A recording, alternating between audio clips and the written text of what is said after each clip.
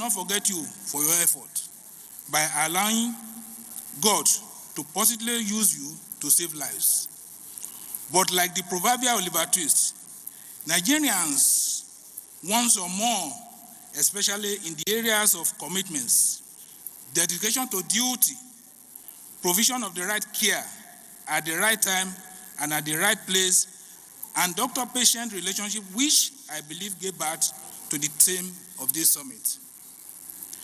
Permit me also to say, as a medical dental practitioner, that the theme patient-centered care is well articulated and unique, as it encourages patients to partner with their healthcare providers, and providers treat patients not only from a clinical perspective, but also from an emotional, mental, spiritual, social, and financial perspectives.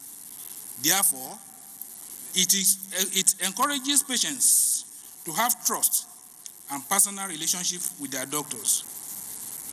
Distinguished ladies and gentlemen, indeed, as the acting head of the Civil Service of the Federation, I will not forget to use this opportunity to acquaint you on the Vision 2017-2020 of the Federal Civil Service Strategy and Implementation Plan, which has been approved by the Federal Executive Council with a focus to develop an efficient, productive, incorruptible, and citizen-centered culture in the Federal Civil Service.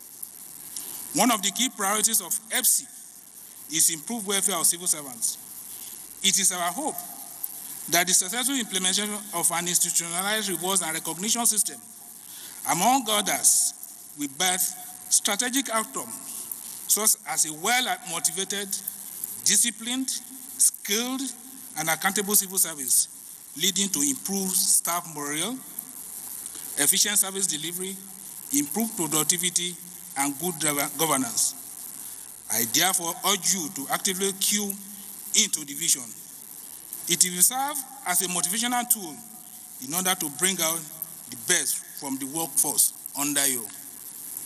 Finally, I congratulate the organizers and the entire Nigerian Medical Association family for the notable achievements and for your commitment and patriotism in contributing your own quota to the health sector at the highest level for this country. And thank you all, and may God bless you all. Thank you.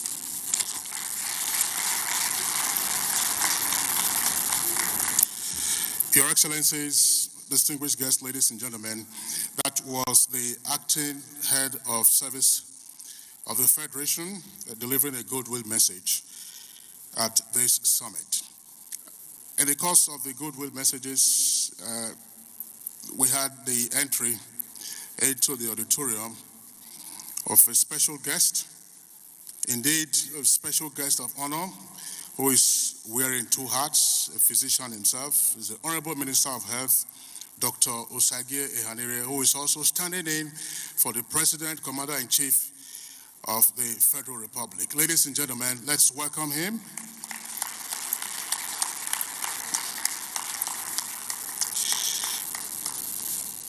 Now, we understand that we will continue with the goodwill messages and reserve,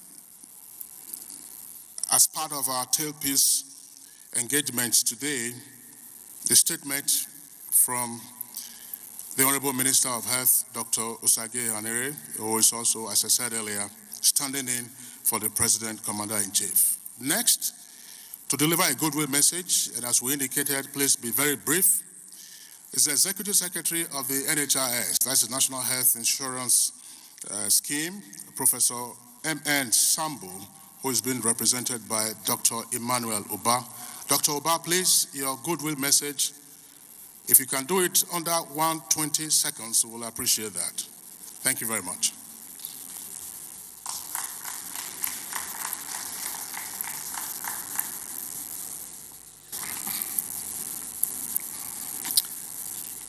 Your Excellencies, distinguished guests, ladies and gentlemen,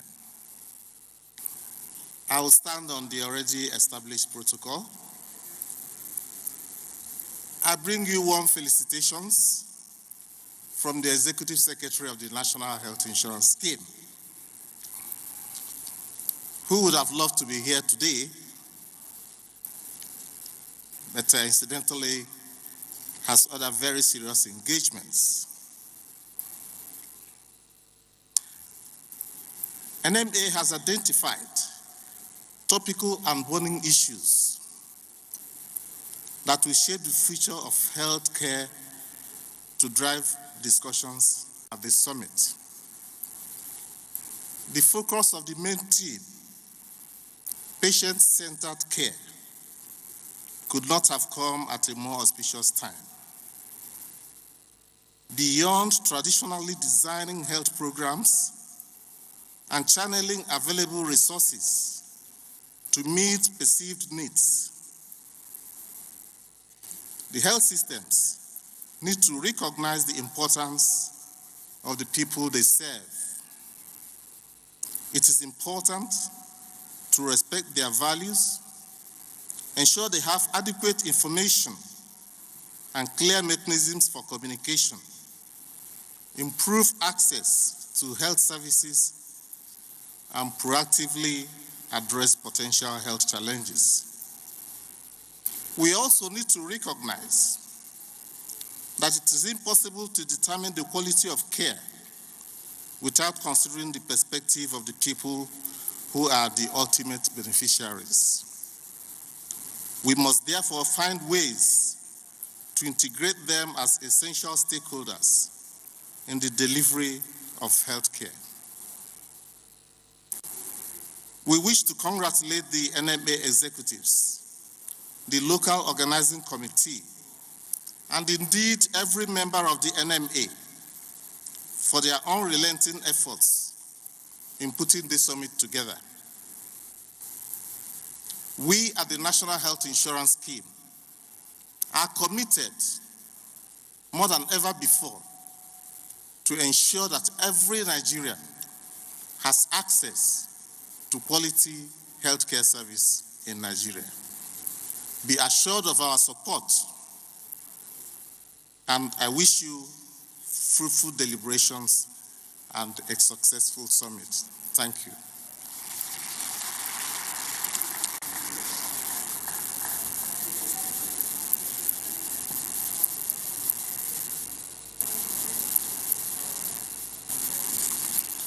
Thank you very much for your goodwill message. Your Excellencies, very distinguished guests, ladies and gentlemen. Still taking goodwill messages from friends and Associate of Nigeria Medical Association. Your Excellencies, permit me to just recognize Chief Medical Directors here that are present, MDs here that are present of tertiary, federal, and state health facilities.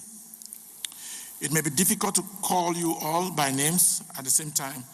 At times, permit me, we will recognize you specially as the program progresses. But however, permit me to recognize the one from my state, Dr. Osia Toma, Chief Medical Director, Federal Medical Center, Asaba. Please, can we give all of them a wonderful round of applause? I also want to quickly recognize distinguished Professor Roland Ndoma Egba, former Pro-Chancellor, OAU, Ife, a professor of surgery. Please give me a wonderful round of applause. And Professor J.C. Abiodun Ote-Bayo, Chief Medical Director, University College Hospital, Ibadan. We celebrate all of you. Thank you very much. I'd like to, at this point, invite an amazing Amazon, a very unique woman, an obstetrician and gynecologist, an author of the Women's Health and Women's Health Advocate. He is representing Nigeria Association of Nigerians across Great Britain, MANSAC. Loretta Ogboro Oko. Please, can we give her a wonderful round of applause?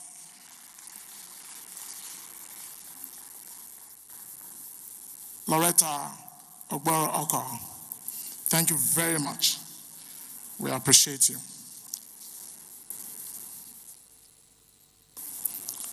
Please, we just have maximum 2 minutes for all goodwill messages. We appeal to you. Thank you. Thank you.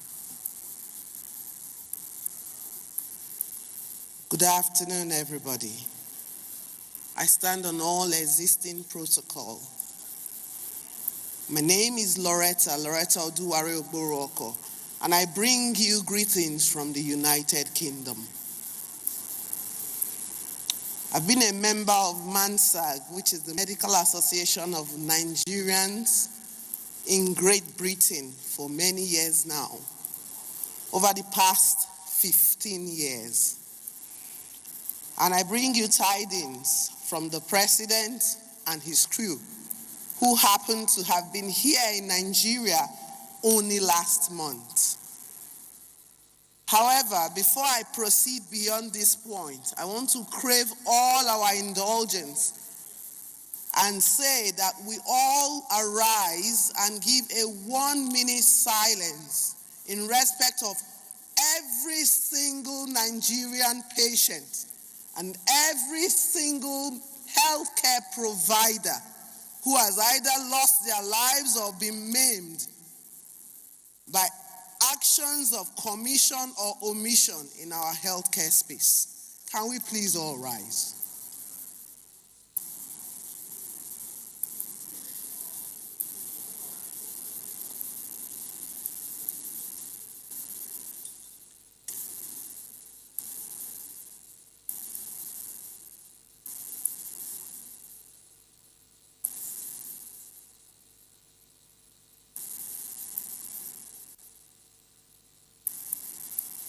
May the souls of all our fellow Nigerians rest in peace.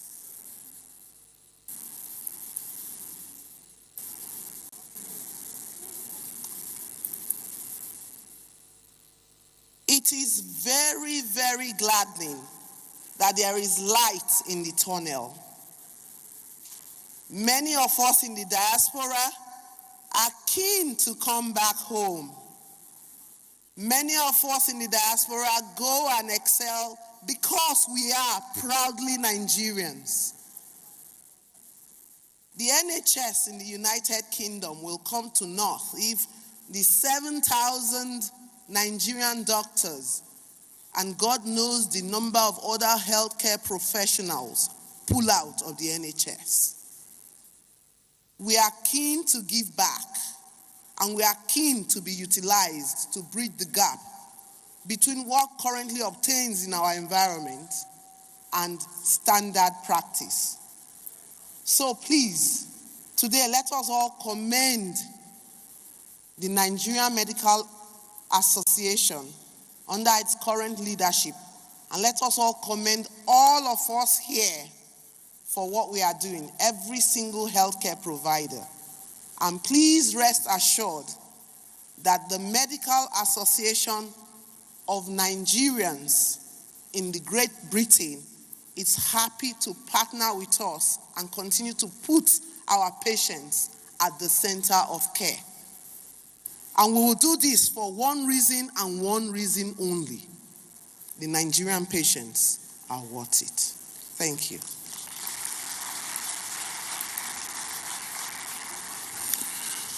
Thank you very much, Loretta Ogboro Oko. The Nigerian patients indeed are worth it. That's the theme for this year's summit. Thank you very much for reenacting it again in our minds. Next, we want to quickly invite Engineer Chika Okwolisa, CEO, Brain and Spine Foundation. Please, you have less than 120 seconds. So if I call minute, it will look as if it's big. It's seconds, 120, and it begins now. Thank you very much.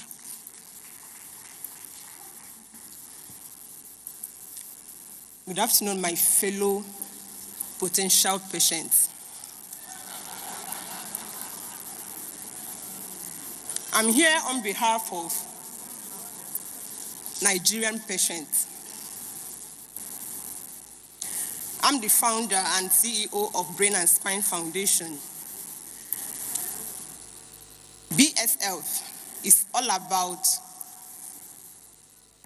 advocacy and health promotion regarding patients with brain and spine conditions in Nigeria and Africa. Within my family, my immediate family, we have been badly hit. My immediate younger sister sometime suffered a brain bleed, and she ended up having 5 brain surgeries. She survived 2 strokes and a seizure, and I was her caregiver, still her caregiver. So I'm in a position to talk and represent Nigerian patients. When I first heard of the theme for this health summit, I did not believe it was true. But when I discovered that it was actually true and it's going to happen, I was so extremely excited, and I began to promote it as if my life depends on it. And today it's real, it's happening. I want to say thank you to Nigerian Medical Association. This is a good step in a right direction. We need this badly, so badly in this nation. We can't continue talking, complaining, murmuring every time. It's a time to do the work. Every time I go to hospital, I walk around the world, my heart bleeds, my heart breaks. It's time to do the work. For you to decide to put your own welfare for the very first time at the backdrop and decided to put the patient, the Nigerian patient, at the front burner. It's a welcome development. On behalf of every Nigerian patient, on behalf of every potential patient, you and me, our families, our relatives, our wives, our husbands, our children, I want to say thank you for this summit. It's for us. It's about us.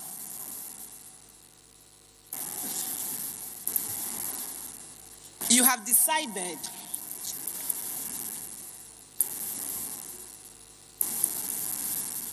to start this movement. And I want to say that those that have been affected directly or indirectly by our poor healthcare system, plus carelessness, negligence, and selfish attitude of any healthcare professionals, we say thank you again. I just want us to do one thing for Nigerian patients. If I say patient-centered care, just let me hear Nigerian patients are worth it. Patient-centered care. Thank you and God bless.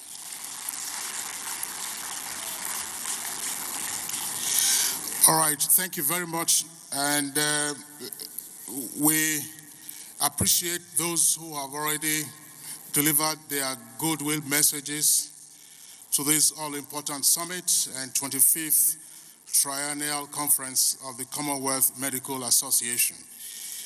We are pressed for time now, and we still have quite a long list of persons who are willing to address this august gathering. But we will skip the remainder of the high points of this opening ceremony which is a keynote address to be delivered by the face of the second National Health Summit. And to introduce our keynote speaker, let me humbly invite the chairman of the Abia State chapter of the Nigerian Medical Association, Dr. Ejiro Carol Iwoha, to let us know who the keynote speaker is. Thank you. I count it a rare privilege and honor to welcome up to the podium His Excellency, Distinguished Senator Ifeanyi Okowa for his citation.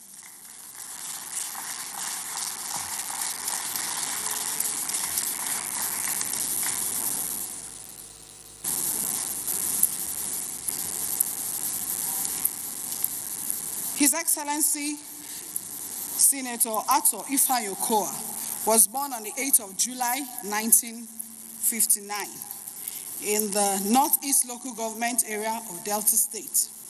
He had his early education in Ika East Local Government and his secondary school education at the famous Edo College, Benin City. He finished in 1976 and was the second best in the higher school certificate examination. The face of NMA NHS 2019 proceeded to the University of Ibadan, where he studied medicine and surgery and graduated in 1981 with MBBS at the record age of 22 years. Upon completion of the youth service, he worked briefly with the defunct Bendel State Hospital Management Board. He also had a private practice, Victory Medical Center, where he showed his philanthropic gestures to many. He's a man of many parts. Senator Dr. Ifeanyi Okowa, he rose up the political ladder. He was secretary of the Ika local government, chairman of the Ika North local government. He subsequently became commissioner of several ministries in the Delta State government until 2006, when he became the Honorary Commissioner for Health, Delta State, a position he held until 2007, when he became the secretary to the Delta State government. The love for him made his people elect him as the senator representing Delta North Senatorial District in 2011. It was a position he held distinguishedly and has been popularly elected by his people as the governor of Delta State in 2015. Since inauguration, Senator Okowa, by his leadership, vision, wisdom, and shared determination, has transformed the landscape of Delta State, thus earning rave reviews in the areas of infrastructure, secondary education, youth employment and empowerment, and sports development, among others. The face of NMA NHS 2019, Distinguished Senator Ifeanyi Okowa, as a medical doctor, has made it's a litany of achievements for health system in Delta State, but permit me to mention a few.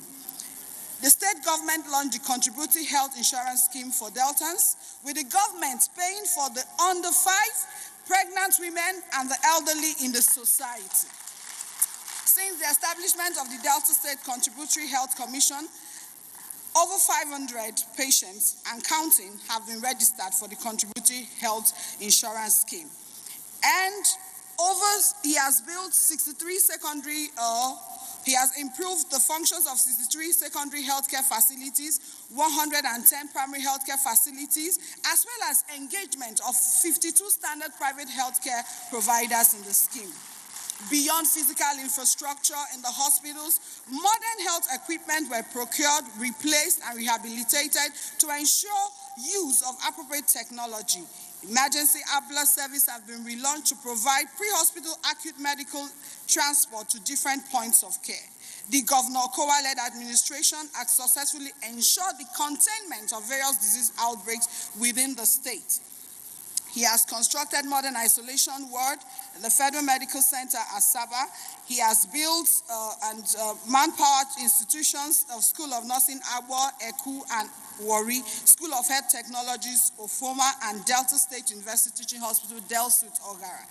I told you the achievements are a litany, but standing before us is Dr. Okowa, a humanitarian, and philanthropic disposition. Over the years, he has endeared himself to his people.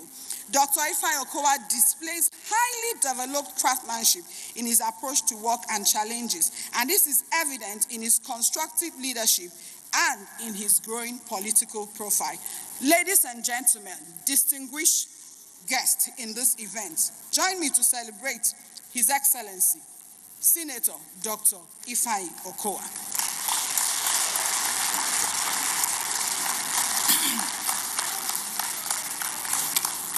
I hope I don't fall anything. No, be careful.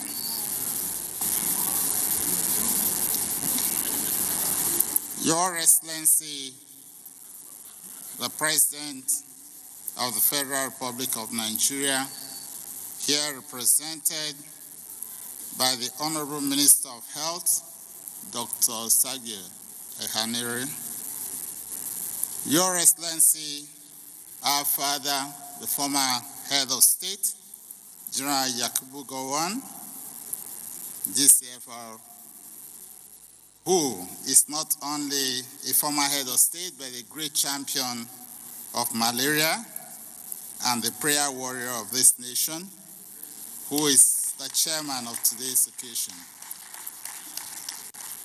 Very distinguished delegates to this conference. I would not want to recognize everybody because I've been strictly warned to keep away from the protocol, neither standing on the protocol, but I want to proudly respect it. First, I wish to express my appreciation.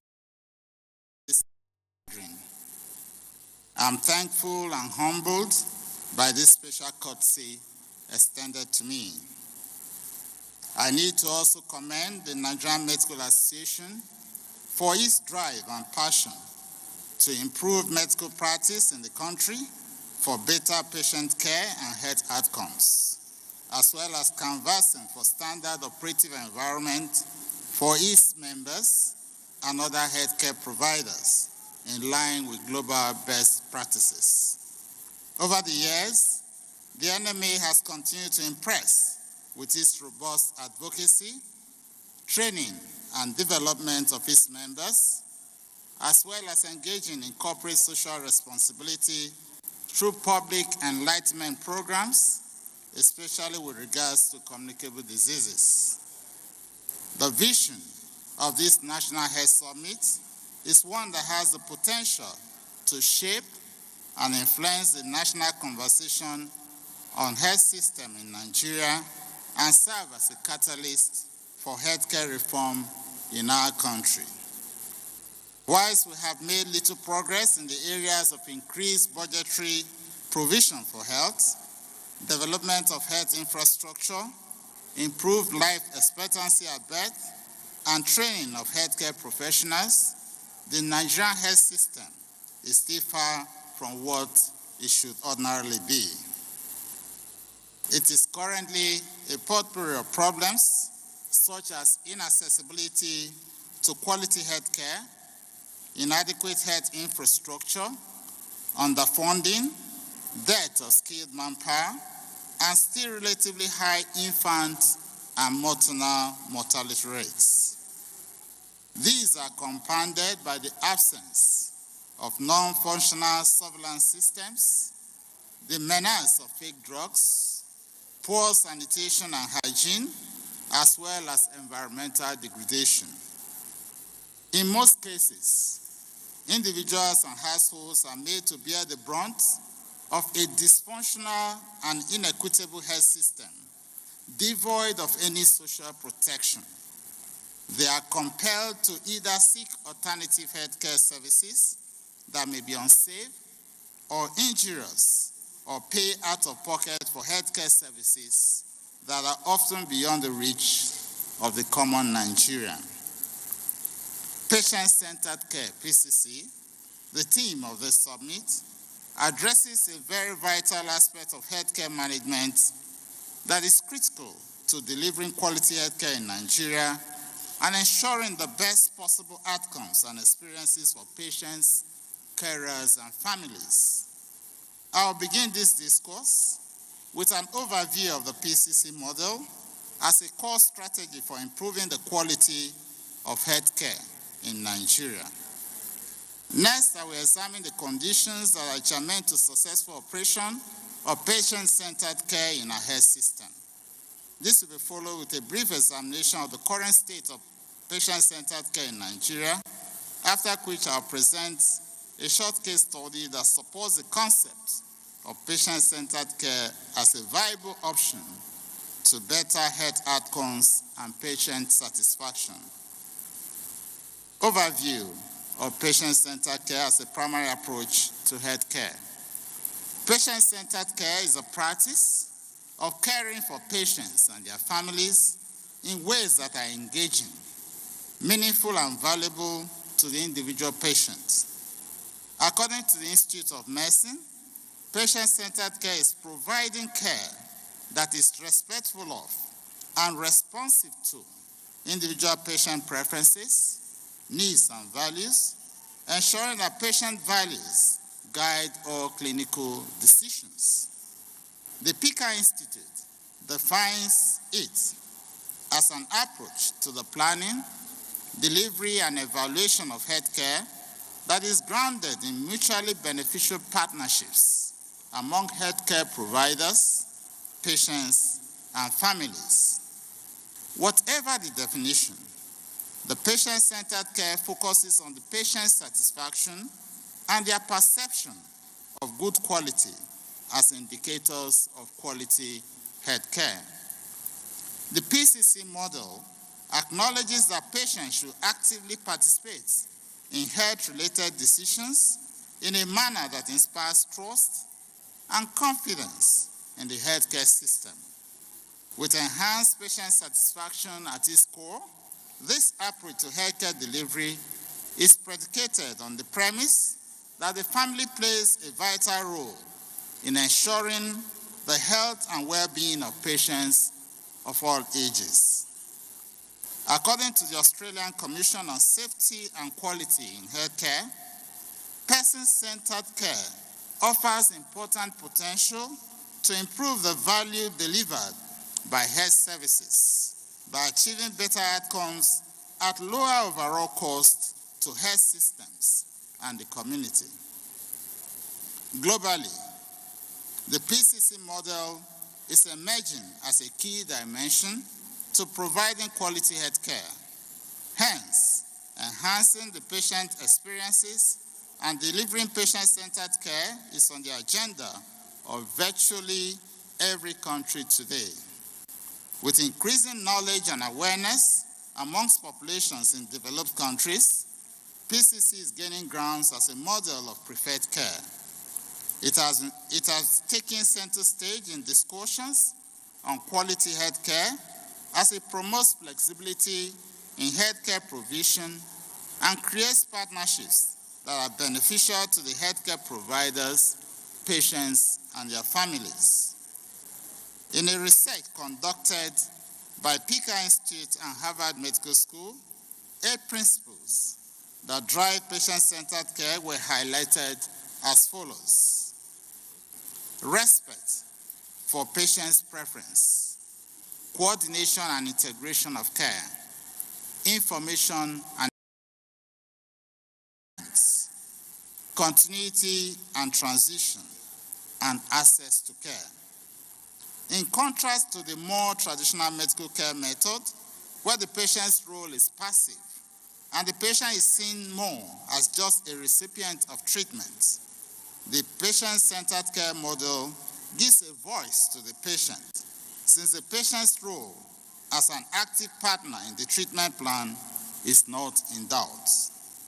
Effective PCC plans, therefore, must be guided by the following.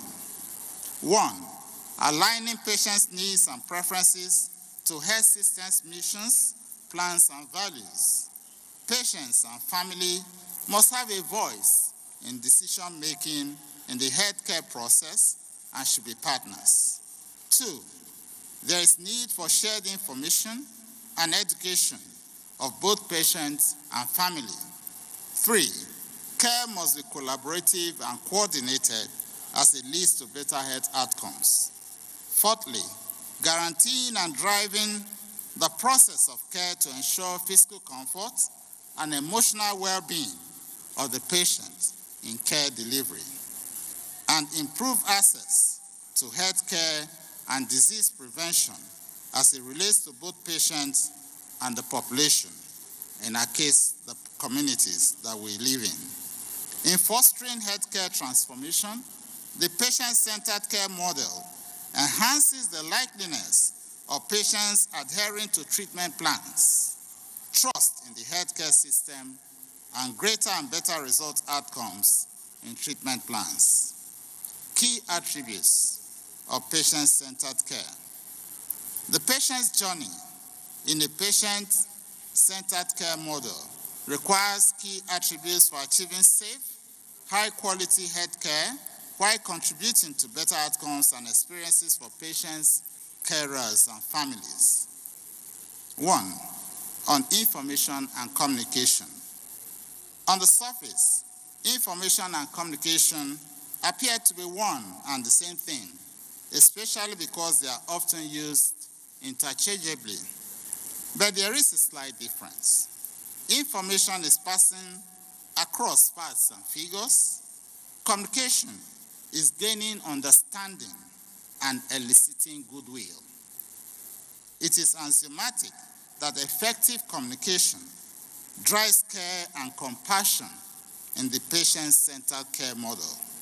It emphasizes the importance of understanding a patient's health history, the patient's goals, choices, expectations, fears, and anxieties, as well as their perception of what they consider quality health care. In addition, there must be sharing of information among the team of carers to foster cooperation, proper coordination, and synergy. Statistics indicate that 70% of litigations resulting from poor patient experiences and adverse outcomes is often due to poor communication. In such cases, patients felt they were misled, neglected in the decision-making process, and lacked proper understanding of the services provided, especially in the case of surgical procedures. Collaborative patient and family engagement. The Institute of Patient and Family-Centered Care has observed that without sustained patient-family participation on all aspects of policy, program development, and evaluation, the care system will fail to respond to the real needs and concerns of those it is intended to serve. To improve the experience of care and ensure quality and safety, the family is regarded as an equal member of the team. They are not left out in the design and implementation of the care plan. But even more importantly, family members are treated as respectable members of the team, not as visitors who cannot access certain areas of the hospital. Where this collaboration is in perfect alignment, it replaces doubt and suspicion with trust and confidence, inevitably resulting in the psychological well-being of the family, positive perceptions of the caregiver and hospital, and lower margin of system error, therefore reducing risk of conflict and litigation. Strong, well-structured teams for patient-centered care. The PCC model is a multi-dimensional and interdisciplinary approach to achieving quality healthcare outcomes at all levels of care. It uses an integrated approach to achieve quality healthcare delivery, utilizing service delivery processes where interprofessional relationships, teamwork, and what makes the patient satisfied are the motivating factors. Comprising the healthcare team is healthcare providers, the patient, information sharing in a timely fashion, clear definition of roles, commitment to stated goals, and mutual respect for each other, monitoring and evaluations. To achieve high-quality patient-centered care, there must be organizational commitment to continuous improvement focused on measuring patient outcomes and experiences. This must be clearly articulated in the organization's mission statement, and everything must be done to ensure buy-in by workers at all levels of the healthcare industry. The current state of patient-centered care in Nigeria. Literature on implementation of patient-centered care in Nigeria is scant. While the concept has been embraced as an imperative for providing quality health care, there are relatively few resources that give us insight on its operation and management in the Nigerian context. However, there are some factors that can be used to measure the extent the Nigerian healthcare system is compliant with patient-centered care. 1, interpersonal communication. Except for a few exemptions, most of our private and nearly all public healthcare institutions in Nigeria still practice the traditional medical care method in healthcare delivery. Here, the care is disease or illness-based. Symptoms and signs from patients are compiled and differential diagnosis made. The physician then goes ahead to initiate treatment and follow-up visits where necessary. There is hardly any communication as the patient and family play passive roles in the healthcare plan and, of course, in the implementation. When it comes to patient-centered care in Nigeria, many questions are begging for answers. And I think the chairman asked a lot of questions in the course of his speech. But some other questions are here to be answered. Are we prepared as a nation and as healthcare providers to embrace this transformational approach to healthcare delivery? Is the human resource available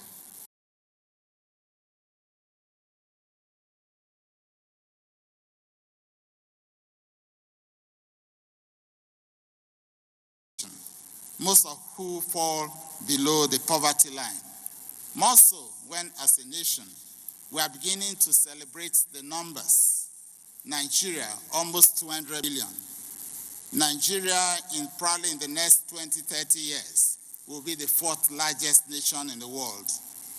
Is that what we should celebrate about, or we should be celebrating the quality of life and the quality of human beings?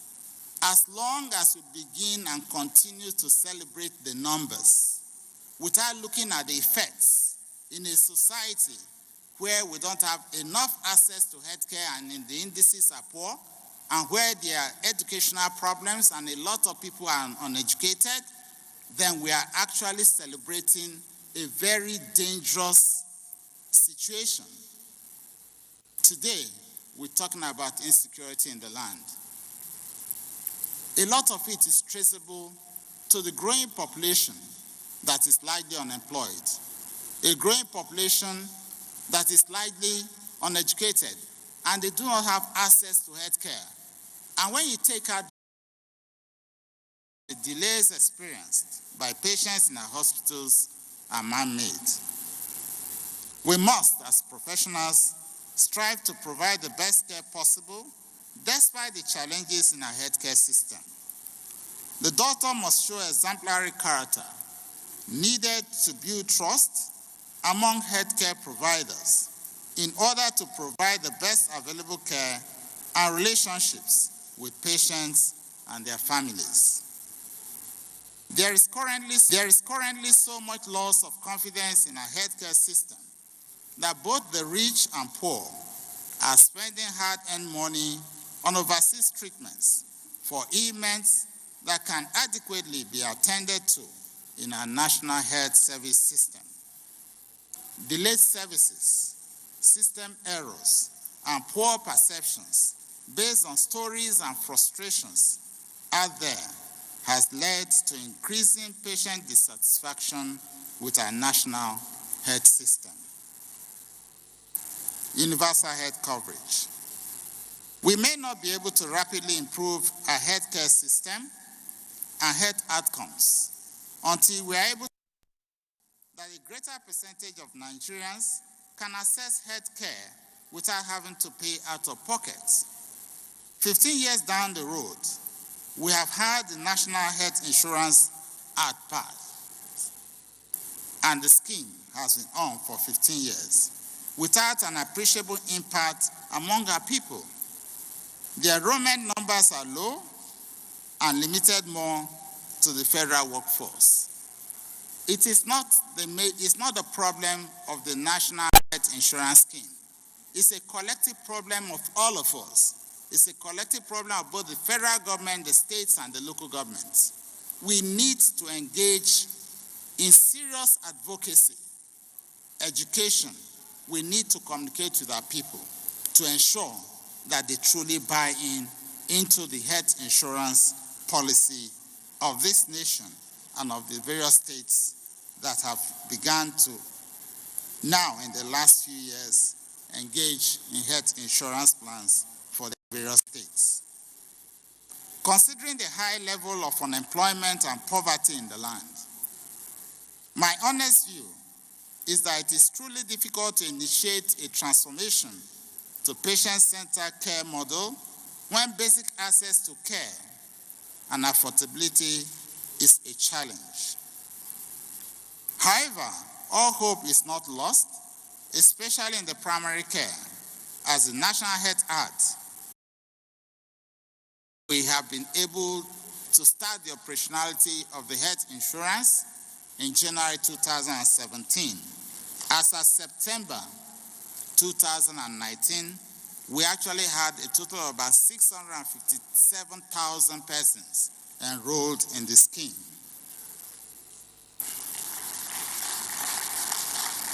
I thank God that the minister is here. I want to plead with Mr. Minister. You're doing a lot, but you may need to carry on with a lot of advocacy to my colleagues. Many persons may just start off a program because there is a need to start it.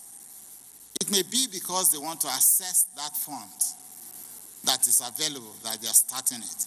But I think that a clearer understanding, which we can only achieve by advocacy visit to the individual states, we actually bring out the commitment of the various chief executives of the state. And I think that is important. And in such visits, I would also advise that you urge the governors to bring the local government council chairman to such advocacy visits so that everybody is brought on board. And I believe that in so doing, we are going to upscale the number of persons who are actually involved or participants in our various health plans in the country. Because before now, all we had done is to allow the Federal Civil Service into the healthcare insurance with a few others within the organized private sector. And that's why we have actually not done well as a nation. Some other nations, even within Africa, have been doing quite well. I believe that we can, now that we have the opportunity, we can truly drive the process. And I must appreciate NMA for bringing this whole thing into the discourse. Because when we are sure that our health systems are functional, when we are sure that they are equity plans, we can now begin to drive the processes more and more. And when we are no longer paying out of pocket, the functionality of the health system is no longer going to be questionable, because the health insurance on itself has to provide some level of funding that will increase the functionality of our various health institutions. And when we have such functionality improve, the likelihood is that doctors and other health staff will no longer be under intense pressures, and their services are likely going to be better. In such a process, you find that the relationship between the patient and the doctor, or the patient and the nurse, is going to be much warmer and much better. But when you're working under very difficult conditions and the patients don't have money to pay, and you don't have money to pay your staff, and you're expecting such doctors and nurses and other staff to be very friendly, you are not likely going to get the best of results. So we actually need to work very hard.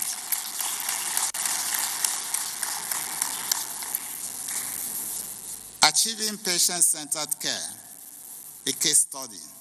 As previously stated, there is very little literature on the PCC model in Nigeria, despite overwhelming stakeholder opinion that it is good for the provision of safe, quality health care.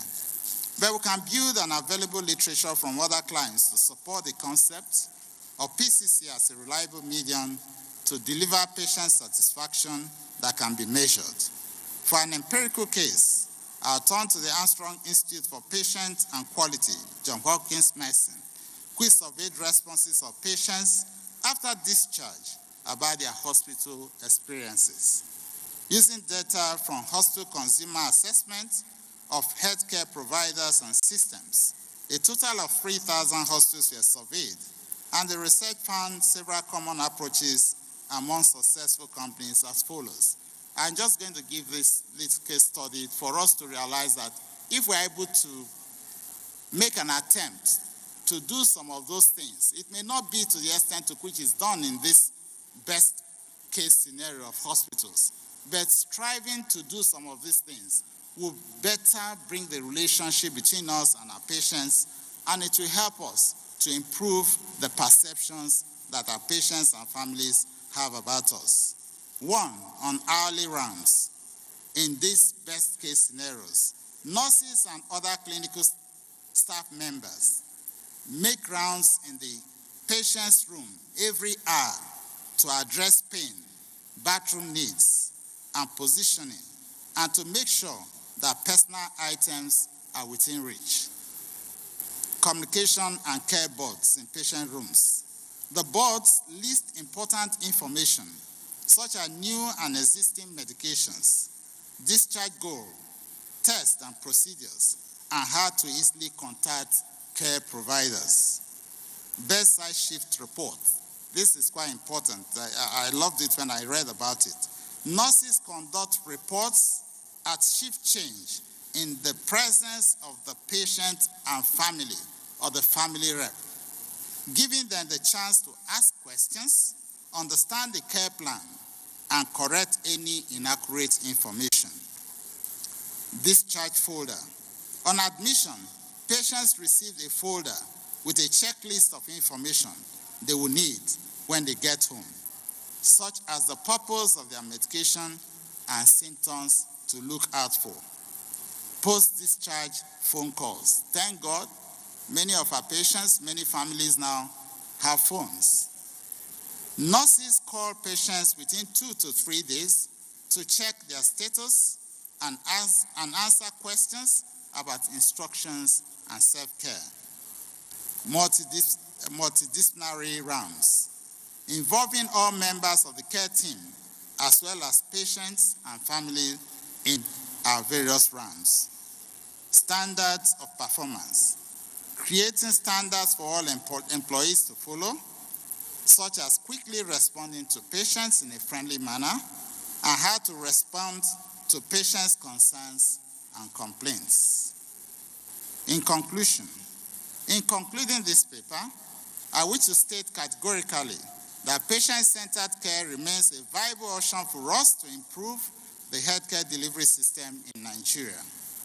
It has great potentials to produce much better outcomes in cost-efficient manner, reduce system errors, and increase patient satisfaction that will radically alter the current unfavorable perception of our healthcare system by majority of the public. If we want to stop the medical tourism, I think that we need to begin to look very closely at our relationship with our patients, and obviously patient-centered care comes to the solution and to the rescue.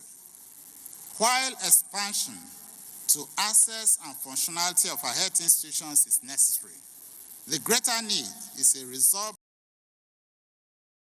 level of integrity, ensuring that the voice of the patient and family is not silenced in the course of our relationship.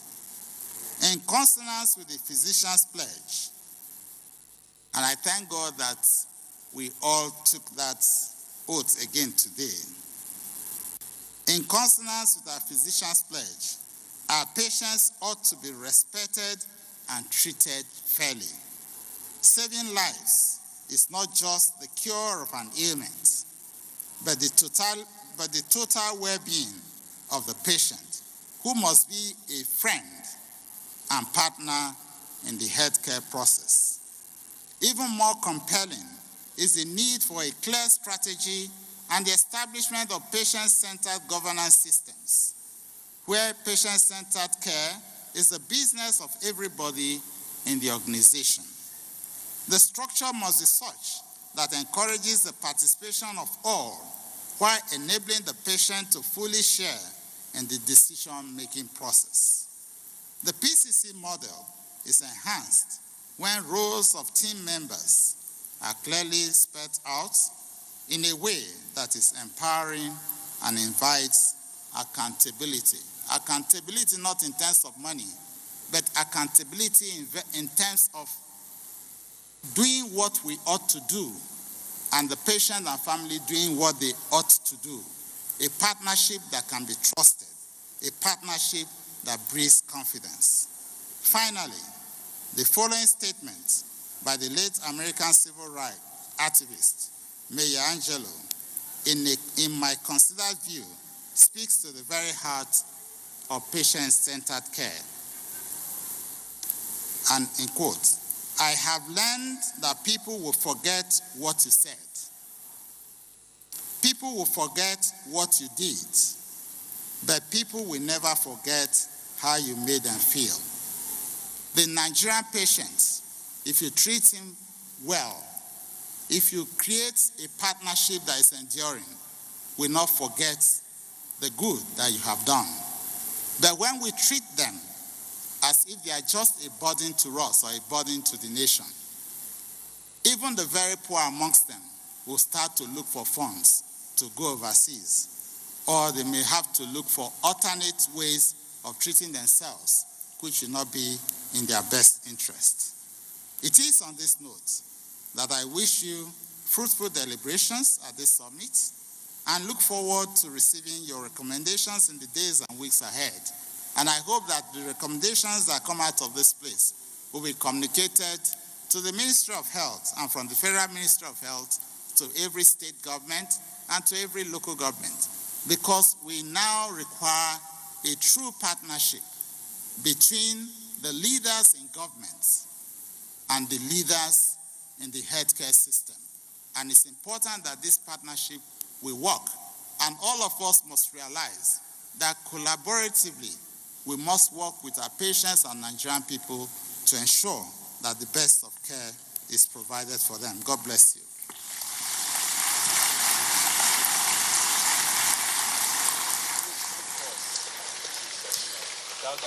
That was His Excellency Governor Ifeanyi Okowa of Delta State giving his keynote address, where he dwelt extensively on patient-centered care. That's the theme of this summit.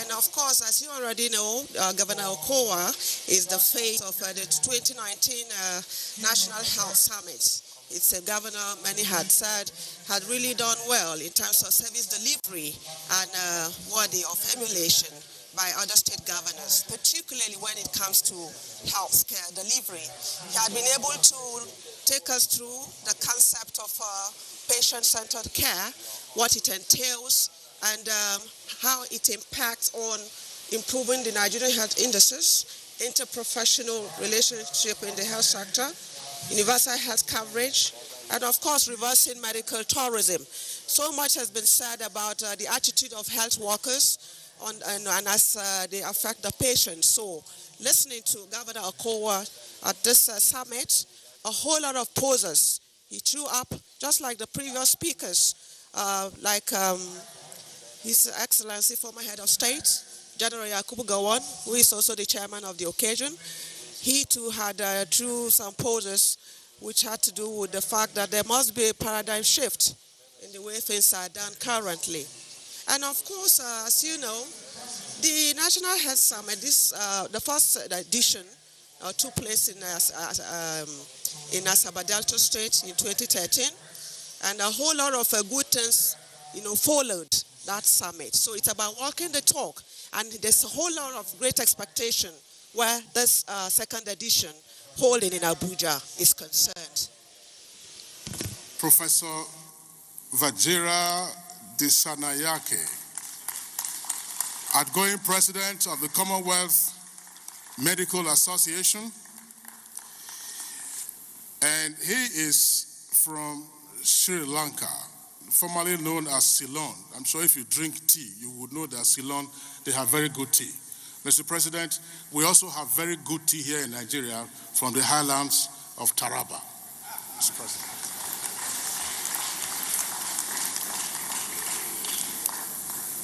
Good afternoon, everybody. His Excellency, the President of the Republic of Nigeria, represented by the Minister of Health, the Federal Minister of Health himself, the former head of government,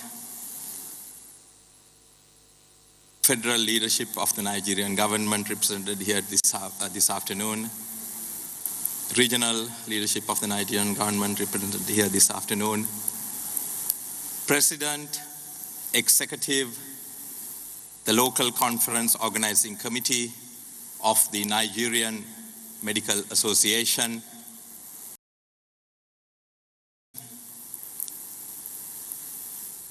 Nigerian medical professionals, distinguished invitees, ladies and gentlemen. It gives me great pleasure to address you this afternoon as the outgoing president of the Commonwealth Medical Association. All of us in the Commonwealth are brought together by one vision. That is the vision for making the health and well-being of the citizens of our countries, which make 1/3 of the world population, better. That shared vision has no bounds.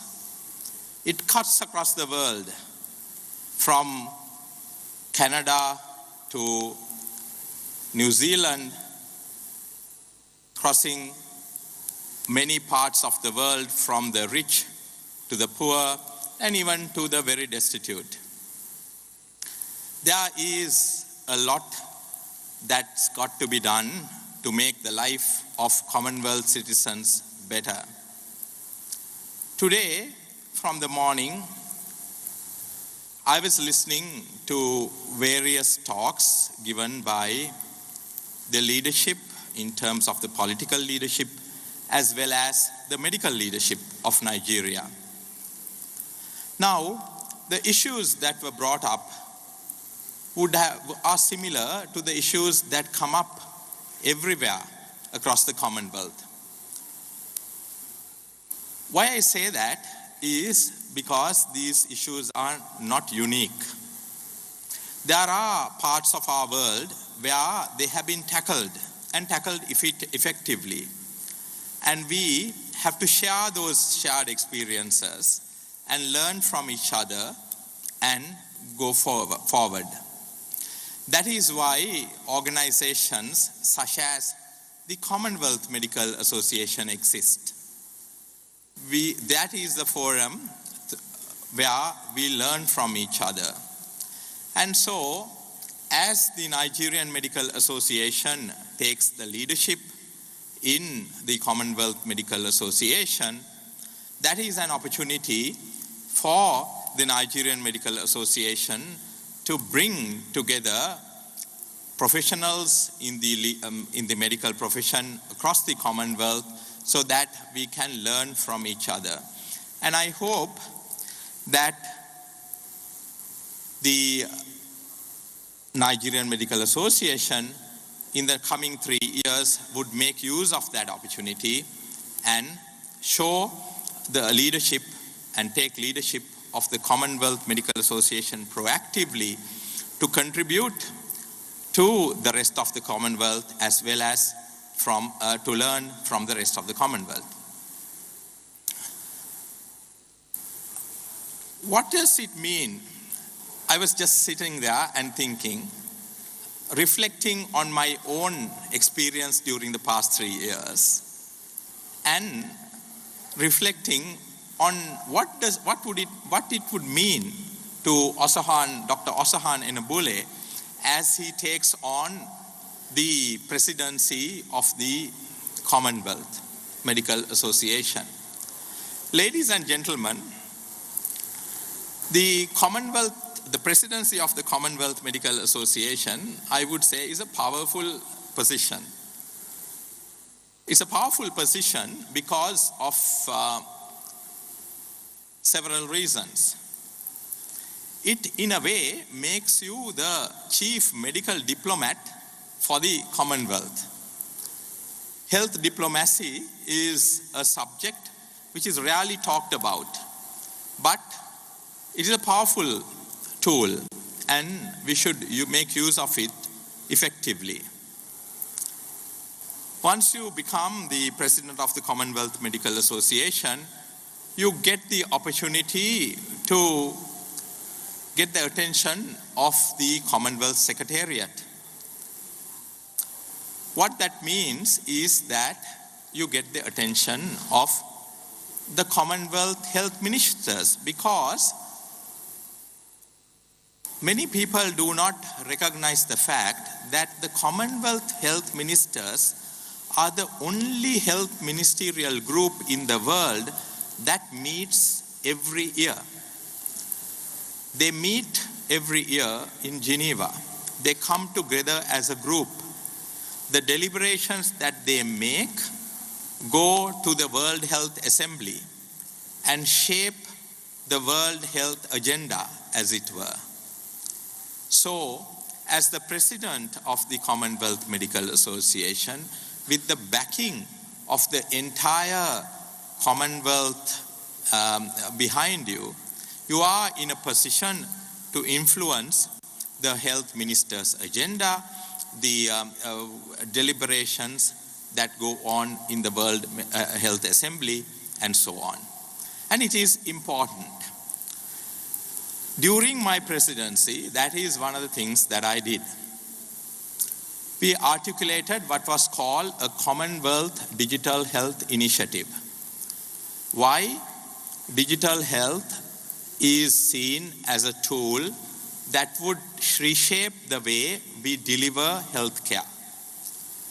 We were able to, in 2016, have the first Commonwealth Digital Health Conference when I took over as the president of the Commonwealth Medical Association in Colombo, Sri Lanka. We repeated that twice over, and next year we would be having the fourth Commonwealth Digital Health Conference. Now, along the way, we were able to reshape the thinking on digital health, first with a Commonwealth policy brief on digital health that was adopted by the Commonwealth health ministers at their meeting in 2017 in Geneva. That fed in to the World Health Assembly resolution on digital health in 2018. And therefore, because of that leadership role that the Commonwealth Medical Association took in digital health, we are now recognized as a leading force in digital health throughout the world. Nigeria could benefit from that. And this afternoon, I am going to give a talk on how the Commonwealth Digital Health Initiative is shaped. How can Nigeria benefit? Firstly, today, all the international development agencies are lining up to create what we call digital health leaders. In fact, today itself, there is a summit of all the international donors happening in London to determine how to fund that initiative. I'm unable to be there today because of this very important event happening here. But we are represented at that meeting through the Commonwealth Centre for Digital Health. And the alignment that we make with the international development partners could be brought to not only Nigeria, but to all other Commonwealth countries. Therefore, all Commonwealth countries would benefit from our initiative in creating digital health leaders. The second aspect is, in terms of how Nigeria could benefit, is in the form of innovation in the healthcare sector. What we call frugal digital innovation. Low cost, highly effective, scalable, implementable, interoperable, Ministry of Health owned and developed solutions.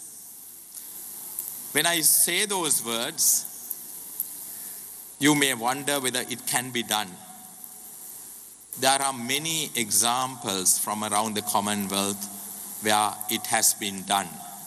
And we are, as the Commonwealth Medical Association, the Commonwealth Digital Health Initiative, and the Commonwealth Digital Health Centre, we are in the process of helping governments set up their own innovation centres.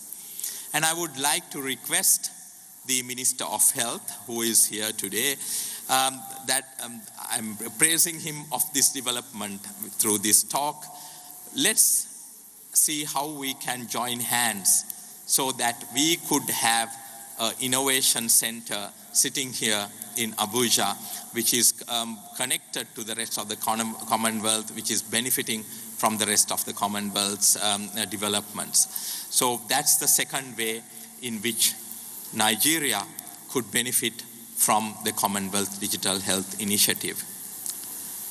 Under the leadership of Dr. Enabule, we are looking at playing a more proactive role in universal health coverage, taking universal health care and implementing it. So that is the next stage that we are moving on to with the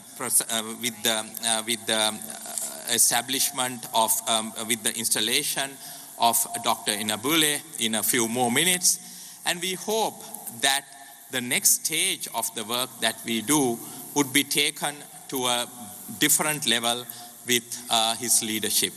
And I'm sure that the support that we have seen in this conference from the federal as well as the regional governments of Nigeria for the initiatives of the Nigerian Medical Association, and the positive outlook that we have seen for the presidency of Dr. Enabule in the Commonwealth Medical Association would enable the scaling up of what we have been doing in the Commonwealth Medical Association and would take the Commonwealth Medical Associations to greater heights. So with those words, let me congratulate the incoming president as well as the Nigerian Medical Association for so willingly taking up the leadership of the Commonwealth Medical Association. And we, as members of different medical associations from around the Commonwealth, would give our fullest support to the Nigerian Medical Association in the coming 3 years. Finally, I would like to thank all of you for the very generous hospitality that you have extended to all of us. Thank you very much.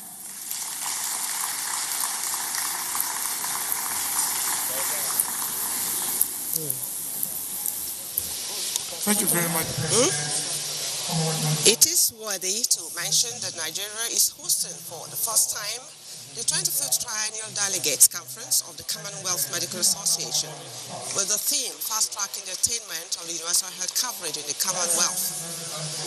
The high point of that event will be the investiture of Dr. Osahon Enabulele as the new president of the Commonwealth Medical Association. And that makes him the fourth Nigerian to head the Commonwealth Medical Association. It's also interesting to know that Dr. Enabulele was the NMA president in 2013 when the maiden edition of this National Health Summit was held in Asaba. Some of the goodies that came out of that was the enactment of the National Health Act, the Basic Health Provision Health Fund, which Nigeria is already enjoying today. So we have great hope that with him occupying that post, that we have better days ahead for the Commonwealth, especially the fact that he is one of us, all Nigerian, whom we are really proud of. Mrs. Juan Enabulele. We also like to recognize the brother-in-law, Mr. Osamu Idahosa. We celebrate you.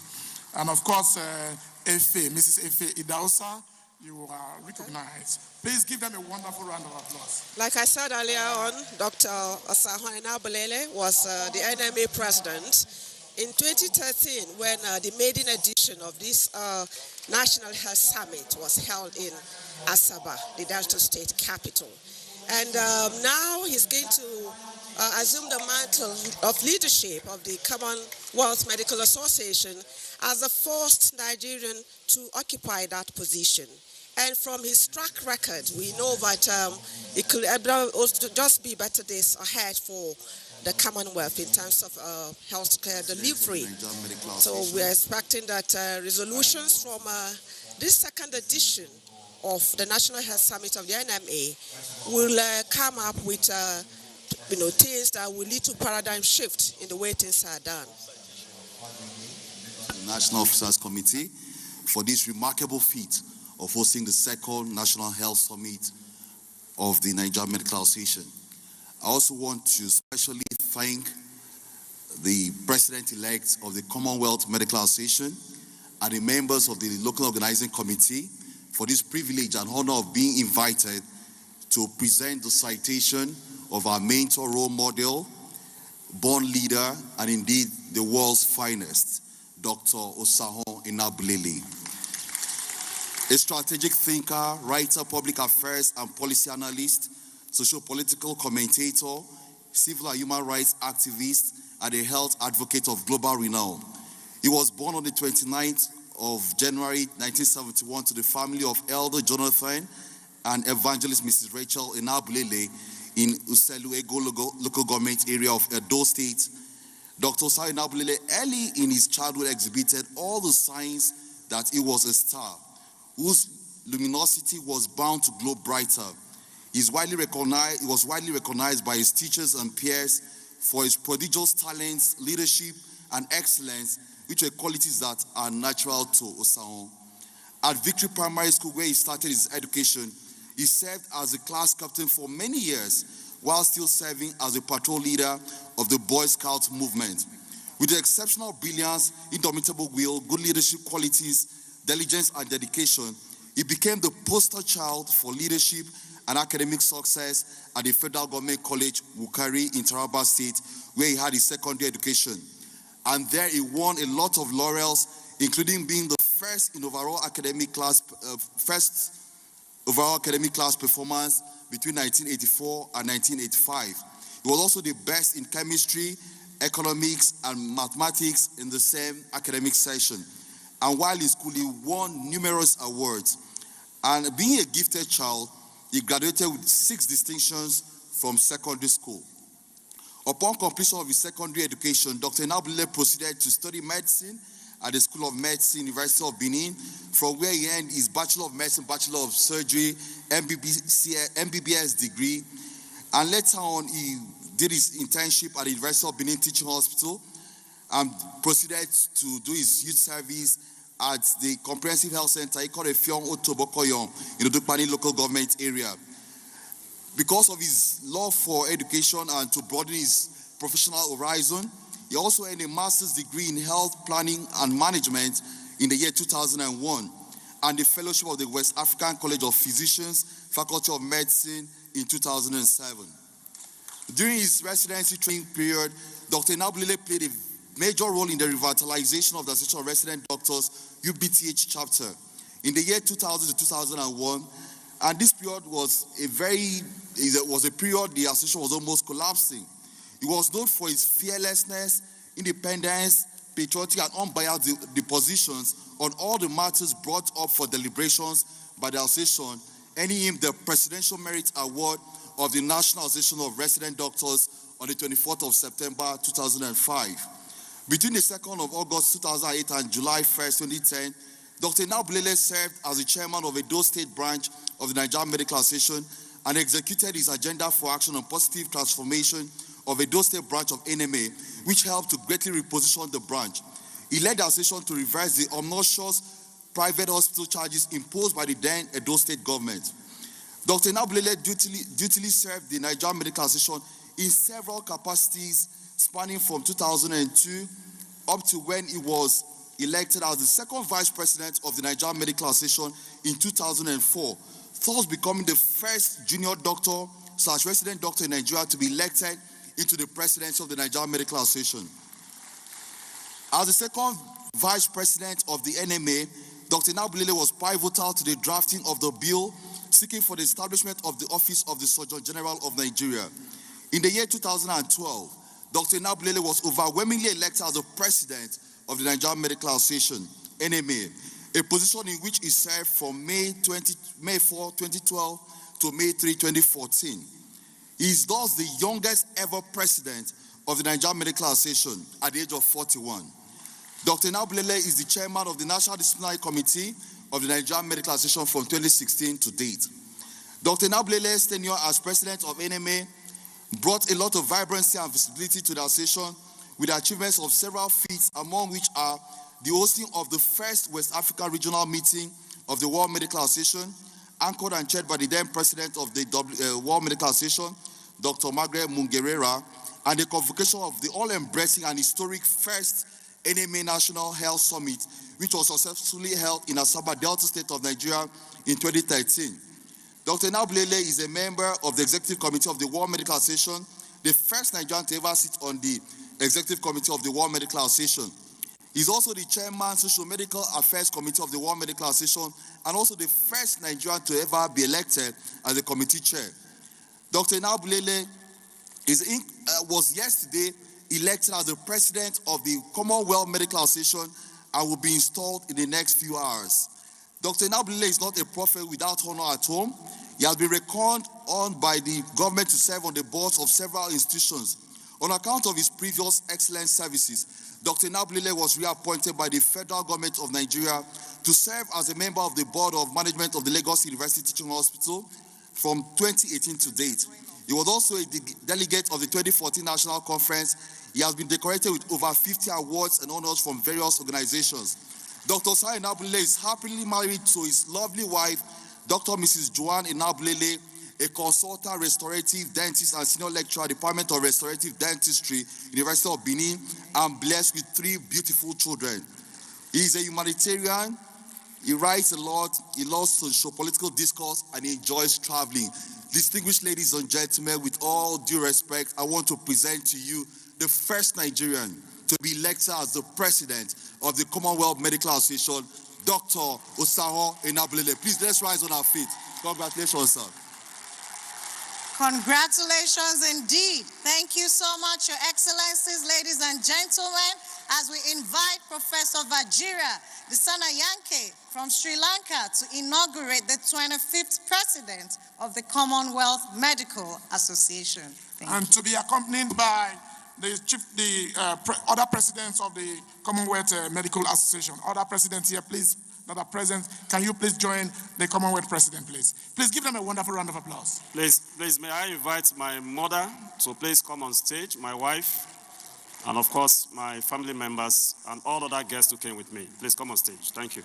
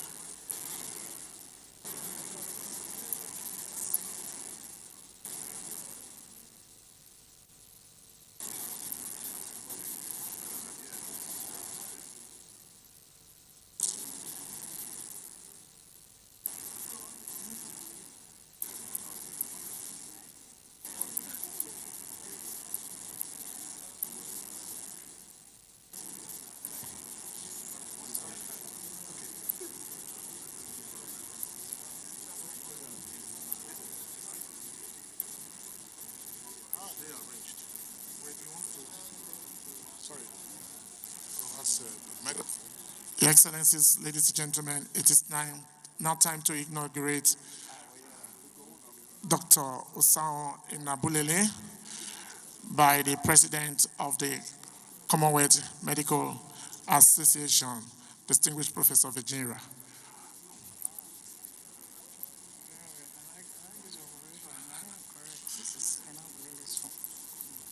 And of course, everybody is here. The Inabulele family, the mother, and all the presidents, including the President of the Nigerian Medical Association.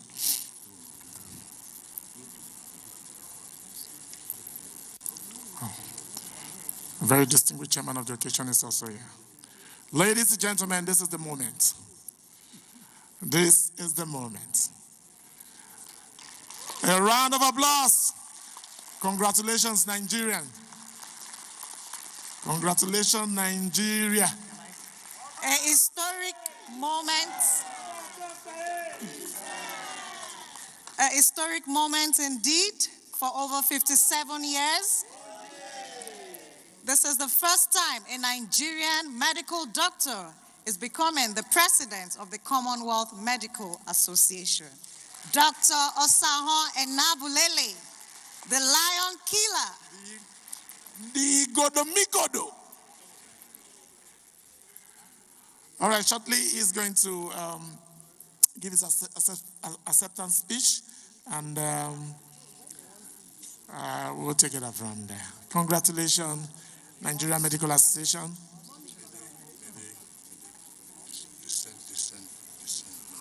All right, ladies and gentlemen, we want to respectfully ask us to descend.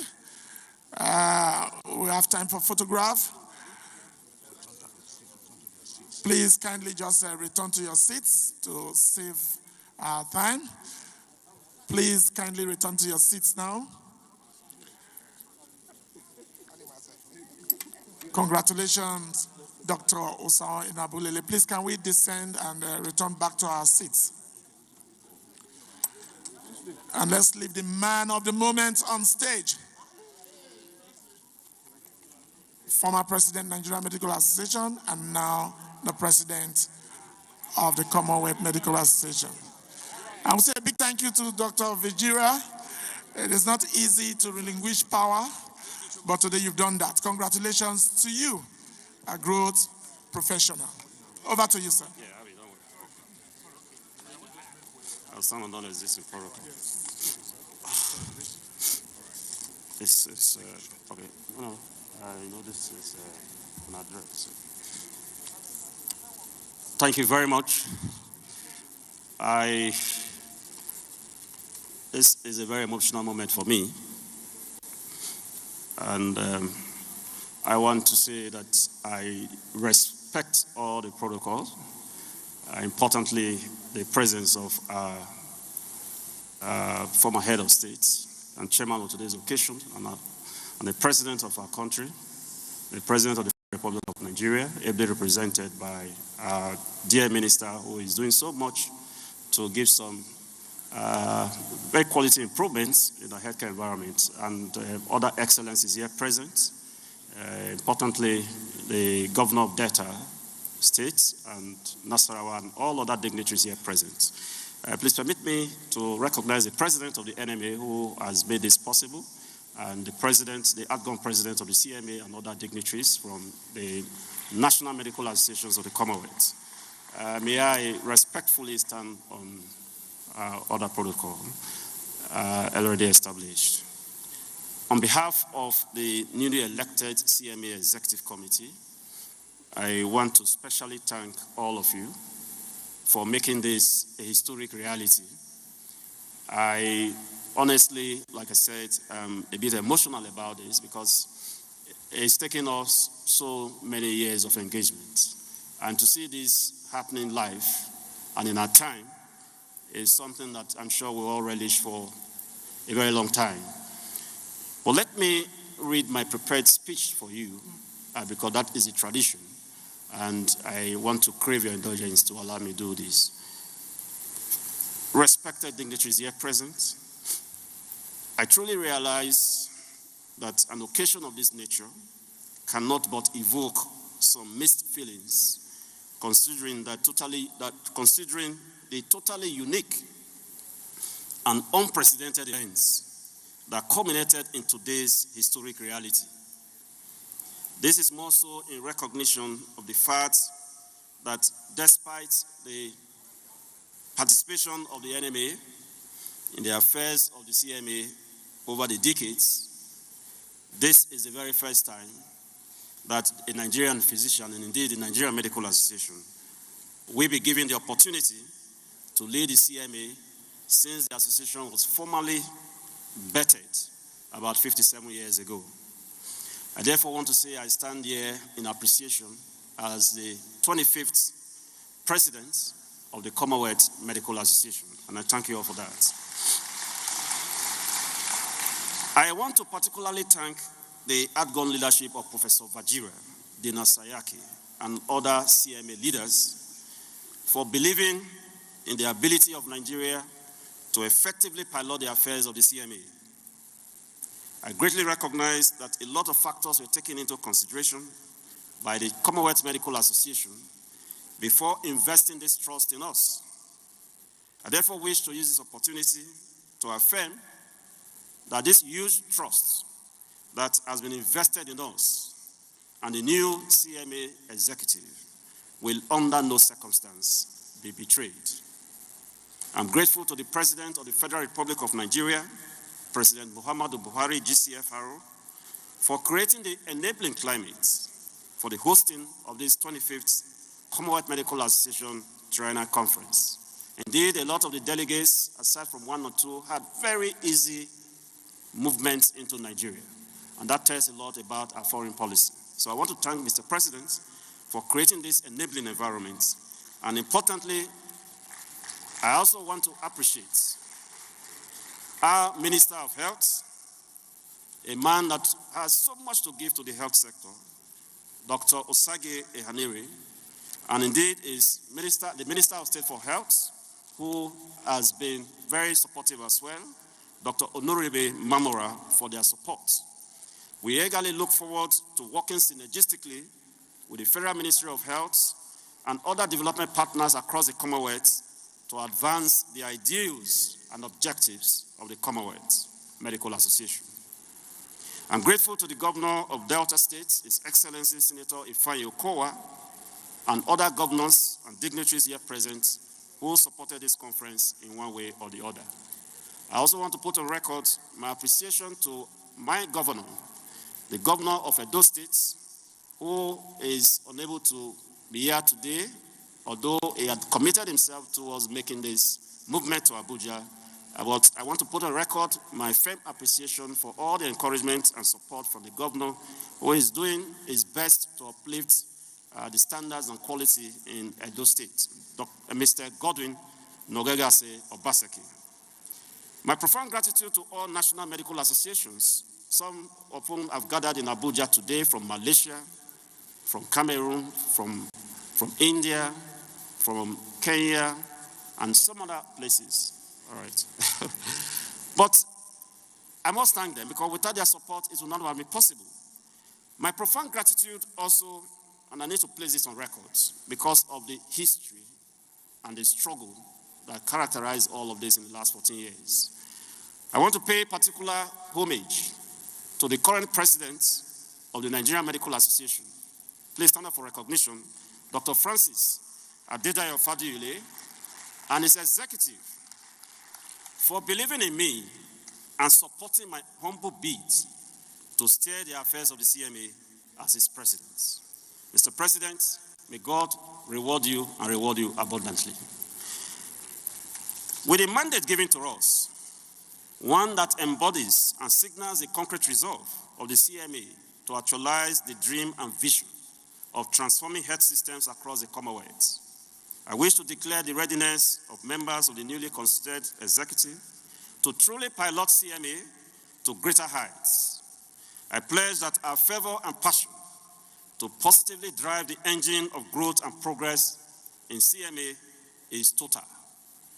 As we settle down to excogitate the details of how we intend to get a collective agenda off the launchpad, we wish to state that the philosophy of our executive will be totally hinged on the broad policy objectives of the Commonwealth Medical Association, particularly as it concerns making needed contributions to the positive transformation of health systems across the Commonwealth, particularly in the low and middle income countries, and indeed the developing countries of Africa.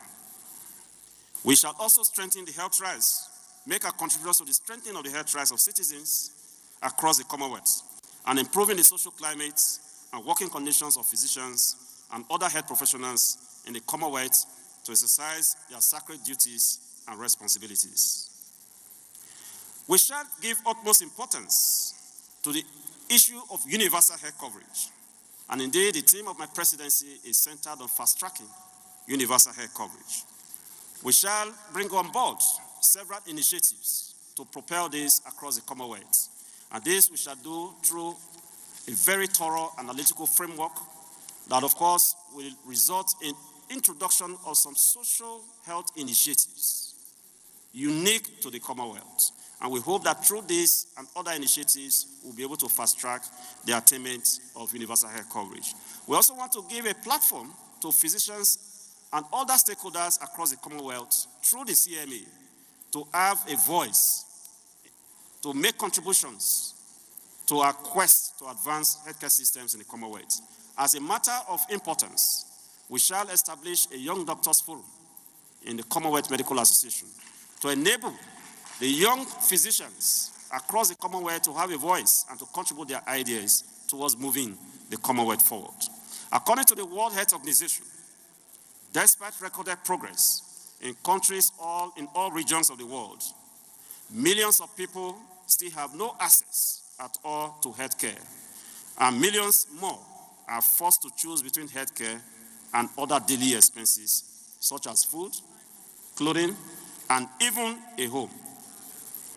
This situation is even worse in some countries of the Commonwealth, particularly countries in the African region.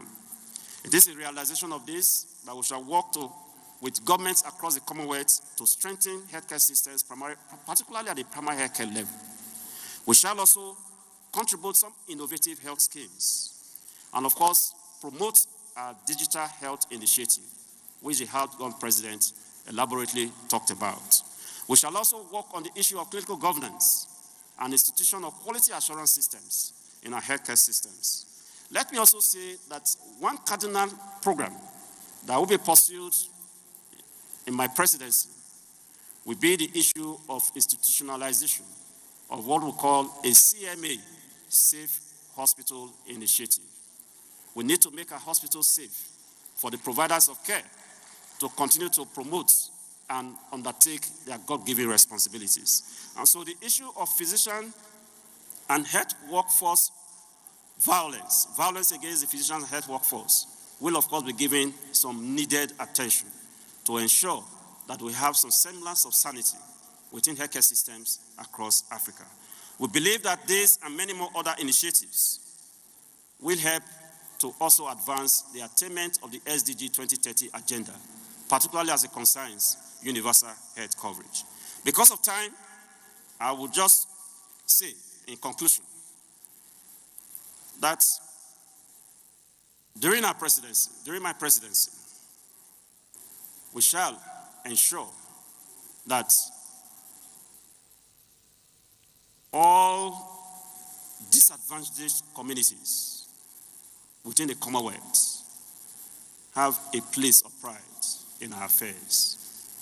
The voices of those who are in disadvantaged conditions and environments must be given some needed attention. It is not all about the big players, but even those who are resource challenged, we must necessarily give them a voice. And so as we journey through the second decade of the 21st century, I wish to call for total support of all in the critical address of the several challenges that face us individually and collectively in the Commonwealth. I hope and I pray that we can build foundations of greatness. For we, as an executive, we are prepared to do the much we can to ensure that solid foundations are built and that the CMA and indeed health systems in the Commonwealth are taken to a new direction. We shall institute a CMA Excellence Award which will, of course, incorporate the ranking of health systems in the Commonwealth, and, of course, accord healthcare workers, physicians, the needed recognition and rewards for all they are doing. On that note, and because of time, let me once again appreciate the local organizing committee, the Dr. Ekwe Uche-led local organizing committee, and indeed the Ofem Enang led Central Planning Committee for all the jobs, efforts that they have made in putting this together. I recognize your sleepless nights, the sacrifices, your toil and moil. May God reward you. Let me therefore also thank all those who have come from all the length and breadth of Nigeria to solidarize with me and my executive. They have come from all places, and for want of time, I may not be able to call all of them, but they are here in their legion. The former Inspector General of Police, Solomon Arase, you are welcome. Honorable Samuel Ojo, the Chairman, Lut Board of Management, the CMD University of Benin Teaching Hospital, the members of the Liberation Party of Nigeria. There are several of them who have come. Comrade Austin Osakwe of the Foundation of Good Governance and Social Change. I recognize all of you, and indeed the Lion Killers. Lion Killers, I'm proud of you. I thank you for all what you have done, and together we are going to make this dream realizable. On that note, therefore, let me thank you and hope that we can lift the Commonwealth to a new level. I thank you, and may God bless us all. May God bless Nigerian Medical Association. May God bless Nigeria. May God bless Africa. And may God bless the Commonwealth. Thank you very much.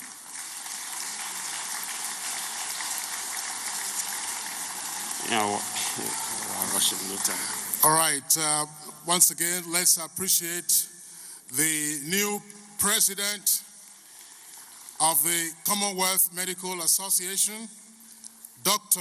Osahon Enabulele, for his acceptance speech and the bold initiatives that he has outlined for the course of his tenure as president of the CMA. Once again, Dr. Osahon Enabulele, thank you very much. His nickname is Igodomi Godo. For those who do not know, that was one of the ancient names of the Benin Kingdom, Igodomi Godo. I'm sure you also know the king of political bombast in Nigeria, Honorable Patrick Obahiagmo, aka Igodomi Godo. So there could be some similarities between Dr. Enabulele and Honorable Patrick Obahiagmo. If we had left him here at the lectern, perhaps it might still have been on. Congratulations to Dr. Enabulele and indeed to all the physicians here present. We now approach another high point of today's ceremony, being the opening of the summit.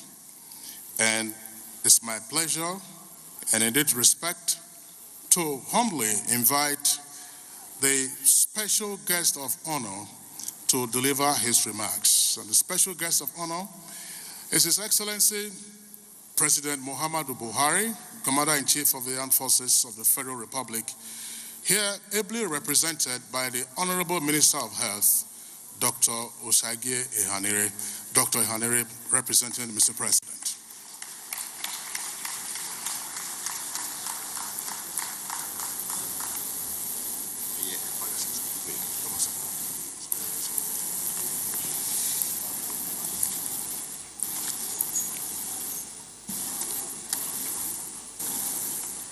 Your Excellency, the former head of state, the most senior former head of state in Nigeria today, and champion of the health sector, General Yakubu Gowon, Your Excellency, the Governor of Delta State,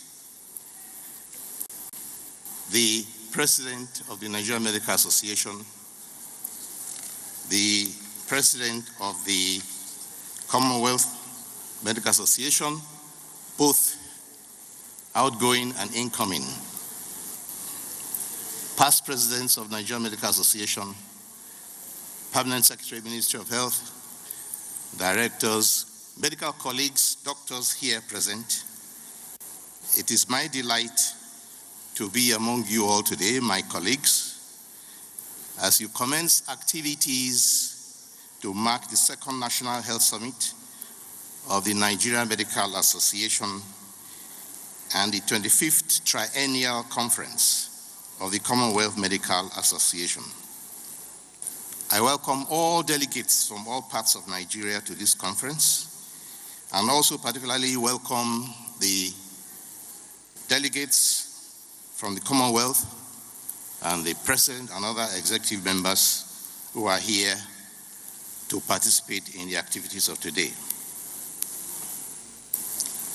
For reasons that are obvious, I also welcome the choice of the theme for this summit by the Nigerian Medical Association, which is patient care, patient-centered care, and the patient is, of course, at the center of all healthcare activities in Eddy Hospital. His Excellency, the keynote speaker, the Governor of Delta State, gave a very eloquent and cerebral rendition. From his point of view as a clinician, you can see, as a parliamentarian, and as an administrator, he's seen it from three sides. And I do take on board, sir, what you have given us. I also, at this point, also commend the President of the Commonwealth Association, the outgoing and the incoming, for their speeches. Your suggestions and remarks and observations are taken on board. There is no greater measure of the quality of healthcare anywhere than the priority accorded to the patient at every level of treatment at all times. It is no longer just enough for the patient to be assured of accurate diagnosis and treatment of his ailment. He expects and must be accorded full confidentiality and due respect so that patient experience begins to improve in our country. The care of the patient also envisages that a patient must have access to information and education regarding his illness to enable him participate in making informed decisions. That means he must be also kept updated on nature, extent, and possible complications of treatment. In all of this, patient privacy and confidentiality must never be compromised. Patient dignity, even in his most vulnerable state, must thus remain sacrosanct. It also means that the patient deserves a clean, sanitary environment and a civil, respectful attitude of healthcare workers. If we must be honest to ourselves, as we must be, we must admit that even more than lack of equipment and medical technical expertise, poor housekeeping and sanitation, and poor, often disrespectful attitude of hospital staff to patients, and also a perceived lack of confidentiality damage the image of the health system and reputation of the Nigerian hospital, and also the public confidence in it.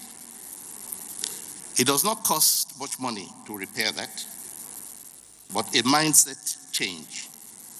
And to this, the Medical Association will be requested to partner with the ministry to start re-examining the health system. Because there is no doubt that the loss of confidence in our hospitals is the father of medical tourism. There is no doubt that our health system is in need of review, and particularly that our hospital systems and service provision need some reforms. The sub-themes for this summit are also apt at this time. When we are experiencing migration of medical doctors to pastures some may consider to be greener, the federal government would like to open up a conversation with doctors and nurses to study ways of retaining our skilled workforce trained at great expense to the state, as determined by the Postgraduate Medical College of Nigeria. We still have much need to strengthen our highly specialized human resource for health, for expanded healthcare delivery. The Federal Ministry of Health will work with state and local governments to encourage the creation of a conducive environment for healthcare professionals to practice and thrive. Universal health coverage for Nigeria is a primary target of the administration of President Muhammadu Buhari, and also recognized worldwide as a critical strategy for human capital development to achieve the UN Sustainable Development Goals. Efforts are ongoing to restructure the National Health Insurance Scheme, make it more efficient and effective, and to work with state governments to expand coverage by enrolling more people from the informal sector, including rural population. This is a critical part of the President's promise to lift 100 million people out of poverty within the next 10 years. The federal government also wishes to see an end to interprofessional disharmony in the health sector, a real cause of concern to society and end users, which are the patients in our hospitals. I am pleased to note the invitation extended to other members of the healthcare delivery family and the steps taken to bring this subject up for discussion at this meeting. This is a mature approach to leadership for which I wish to commend here quite openly the executive of the Nigeria Medical Association. We hope this coming together will be the beginning of better relationship for the benefit of Nigerian patients. The start of implementation of the National Health Act and the provision of 1% of Consolidated Revenue Fund for basic healthcare provision is a signal of the President's determination to address the challenges of our healthcare delivery system from the root cause. This fund will provide essential medical services to the poor and vulnerable Nigerians who seem to have been left behind in social service delivery for decades. It is from their environment that the horrific health indices that embarrass us all are generated. We intend to ensure that the funds are used for the intended purpose to achieve the intended targets. The Diaspora Healthcare Initiative is another program the government is testing in order to scale up capacity of the healthcare workforce by the transfer and exchange of cutting-edge knowledge and skills, and also patient management expertise of Nigerian diaspora workforce to their colleagues at home. Many developing countries do this to acquire global best practices, and we believe such interaction will build capacity and impact on the provision of care to our patients. Nigeria's health human resources needs are real. We have a situation where human resource experts trained and skilled at great cost to the nation, estimated also by the Nigeria Postgraduate Medical College as up to 70 million per fellow, are lost to our health system by migration to already developed countries. This is worrisome to stakeholders in the health sector, and we welcome practical suggestions to finding solutions to this problem. I believe this meeting should include discussions on this subject. The government of Nigeria invites the Nigerian Medical Association and all healthcare professionals to continue to seek innovative ways of solving healthcare challenges. I again refer to the very enlightening speech of the outgone president of the Commonwealth Medical Association, who dwelt on this topic in relation to digital health. We shall support all efforts to improve the health indices of our country. It is definitely worthwhile to remind all of us that we are health professionals, and as custodians of the health and well-being of Nigerians are a very valuable segment of Nigeria's human resource assets, and must therefore be each other's keepers. To avoid burnout and enhance capacity to perform optimally, we must take a keen interest in our own personal health and well-being. Only fit, healthy, and productive physicians can render useful service to society.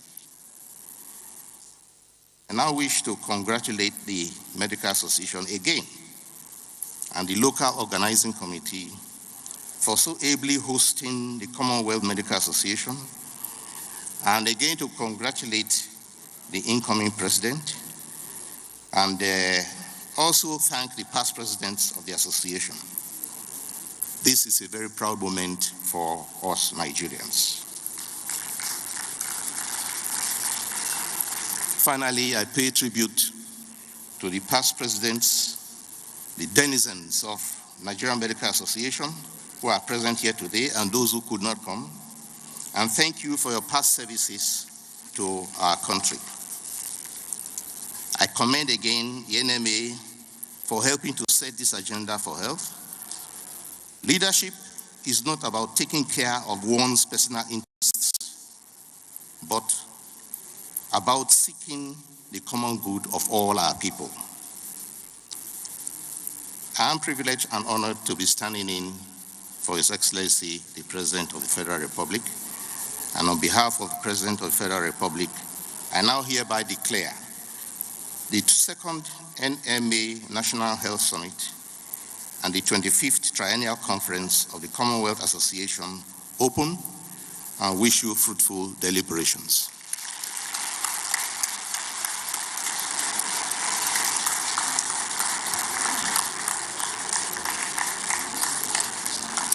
Another round of applause for the special guest of honor, President Muhammadu Buhari, here represented by the Honorable Minister of Health, Dr. Osagie Ehanire, delivering his remarks and thereafter declaring the second National Health Summit open. Please be seated.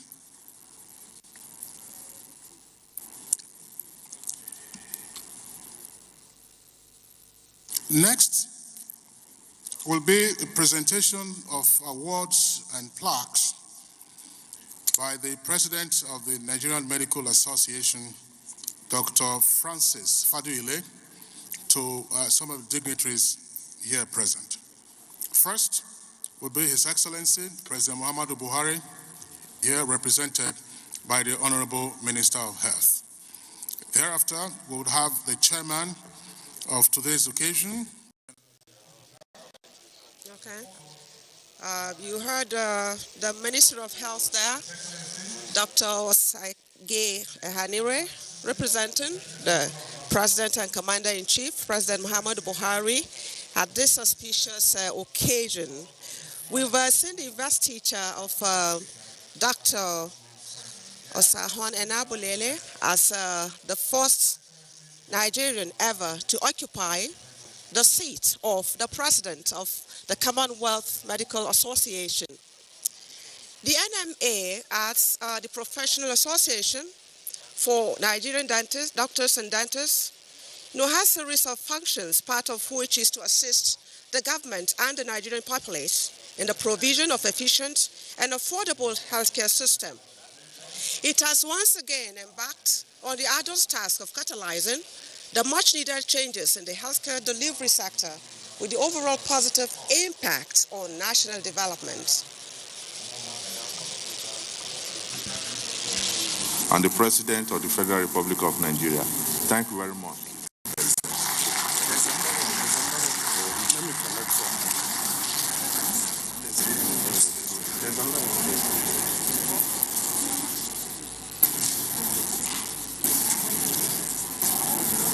There's another one for you. I'll go that first. And this is to you, sir, as the Honorable Minister of Health. Thank you for your marvelous dedication to Nigeria.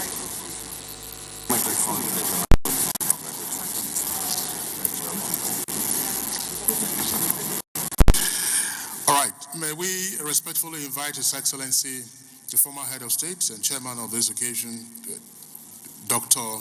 Yakubu Gowon. Once again, be reminded his doctorate is in political science and not in medicine. Always.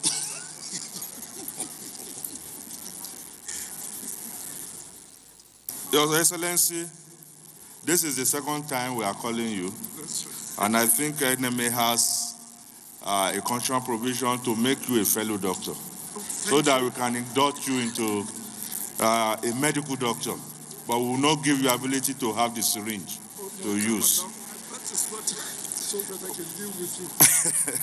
So, on behalf of the Nigerian Medical Association, I present this award to you for being the chairman of the second National Health Summit and being able to associate with us in our application.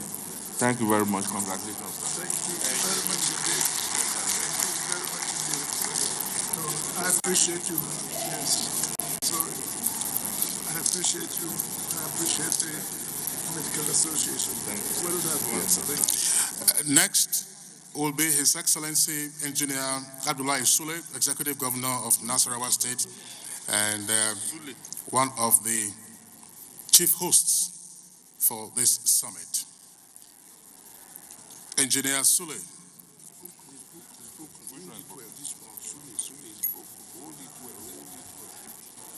How would you just hold it and tell him you give him? Just tell him just tell him we'll send it to him.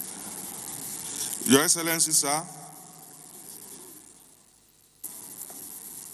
on behalf of the Nigerian Medical Association, I want to appreciate you, especially for your interest in making sure that health is priority in Nasarawa State, and also showing a great support towards the second National Health Summit.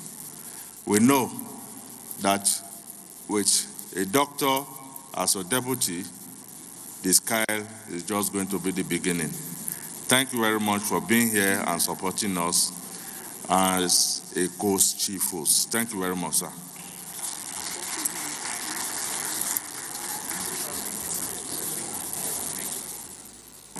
Can I have it, sir? I'll keep it for you. Thank you so much. All right.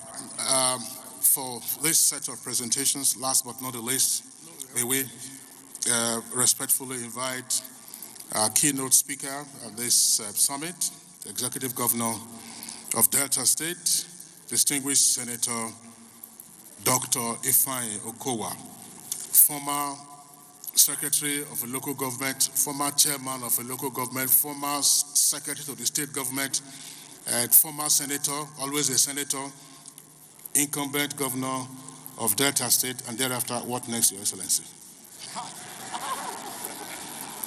Well, I want to thank Senator Okowa for being gracious to have broken one of his rules when we gave him the tie and the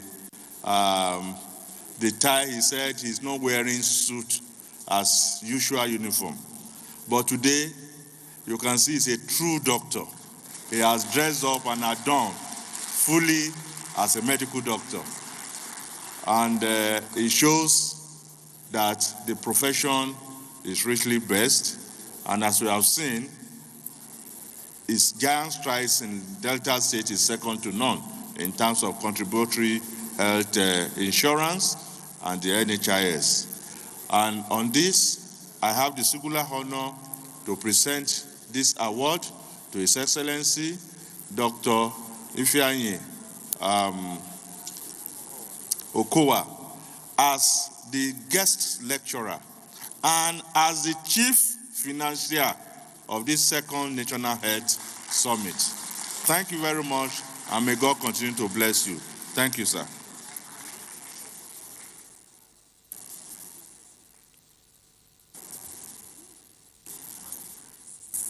Sorry, can I call the past presidents? Past President Dr. Osagai.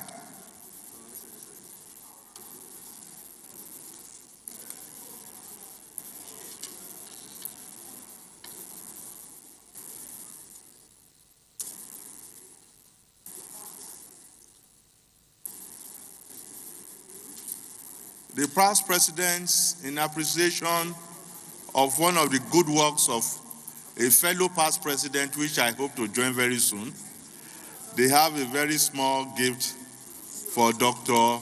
Osahon Enabulele.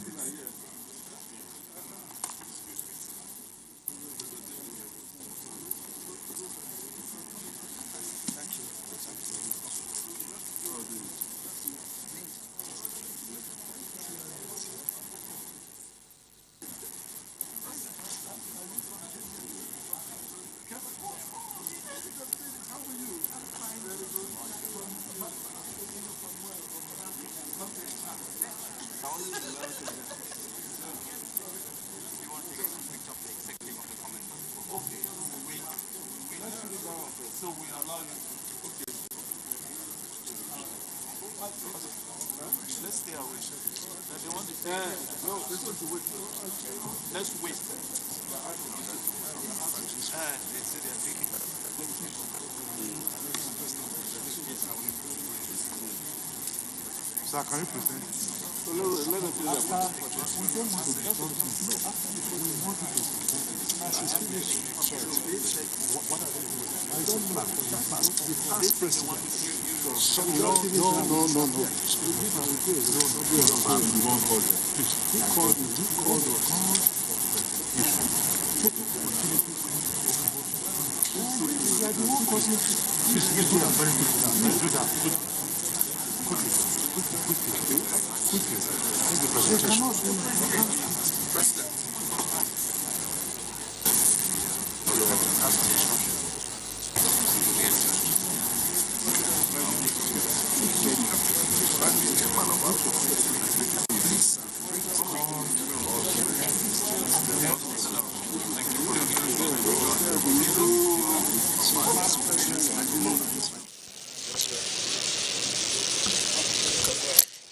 Yeah, it's a moment for recognizing hard work and excellence, and it's about giving honor to whom honor is due. We've seen some dignitaries who had made positive impact on the health profession, both within and outside the country. We've just been honored, and it's a moment of joy for a lot of them, and a motivation for others to follow suit. The medical profession is one of humanity, of love and care, and the NMA has once again set the agenda for others to key into that will take us to a better healthcare delivery, just like we saw during the maiden edition of this National Health Summit, which held in Asaba, the Delta State capital, in 2013.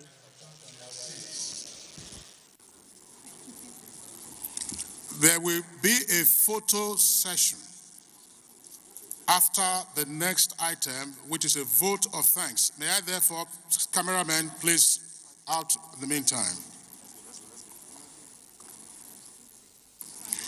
After the vote of thanks, we will have a photo session with the dignitaries who are here present, and according to the organizers, all those who are occupying the front row will step forward for a group photograph to be accompanied by members of the National Officers Council and the local organizing committee of the Nigerian Medical Association. But let me invite Honorable Tanko Sununu, who is here wearing two hats. He's a medical doctor and immediate past Secretary General of the Nigerian Medical Association, and also on this occasion, standing in for the Right Honorable Speaker of the House of Representatives. he will now step forward. Now we understand that,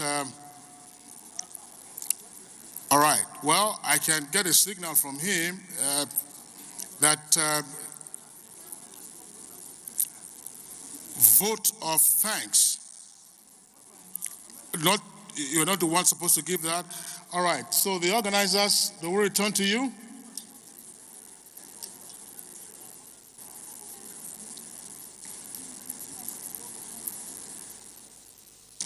Okay, coming forward now will be the incumbent Secretary General, Dr. Olumiwa Odushote, to give the vote of thanks.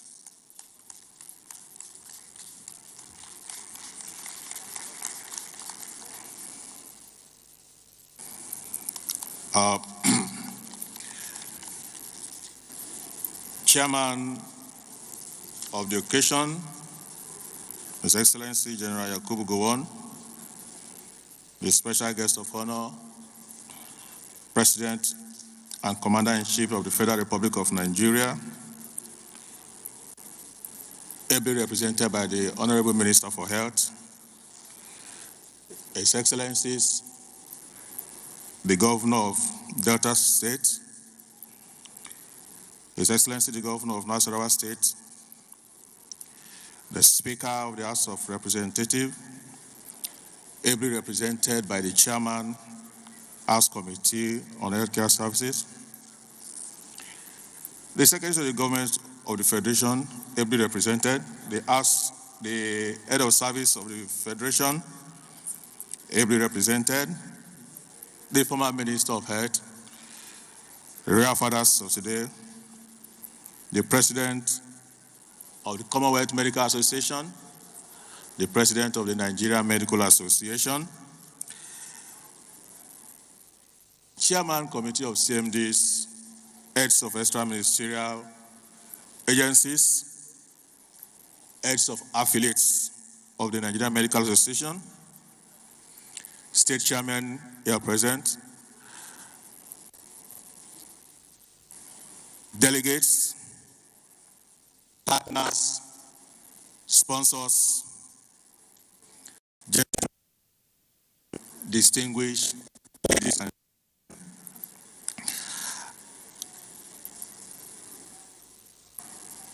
before I give the vote of thanks, let me specially recognize in our midst the Permanent Secretary, Ministry of Health, Mr. Abdullah Aziz Mashi Abdullahi, who had been here. We recognize you. We appreciate all your support, and we will continue to work with the Ministry of Health to ensure that the health sector in Nigeria is lifted to the next level. We also recognize all directors of the Federal Ministry of Health here present. Once again, I'd like to apologize to the following people, particularly the Chairman Health Committee on Health Services, representing the Speaker of the House of Representatives, who was earlier on lined up to give a goodwill message, but due to the exigencies of time and the pressures thereof, this couldn't take place until now. Also, the President of the National Postgraduate Medical College of Nigeria, the Chairman Committee of CMDs, and the President of the Association of Nigerian Physicians in America. We want to express our deep apologies for our inability to take your goodwill messages. We are well aware that you mean very well for us. You have supported us up to now, and we are counting on your continuous support going forward. Let me also recognize the presence of Comrade Hussaini Amisu, the Vice President of the Medical Health Workers Union of Nigeria, here representing the President of the Medical Health Workers Union of Nigeria.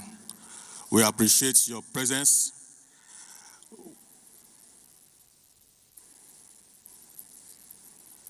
I want to thank everybody for making this occasion quite memorable. It has been a very worthwhile event. And we are hopeful that just like the first National Health Summit produced a deliverable that all Nigerians are feeling today, we believe that by the end of the day, that this summit will come out with a deliverable that will reach every Nigerian in every nook and corners.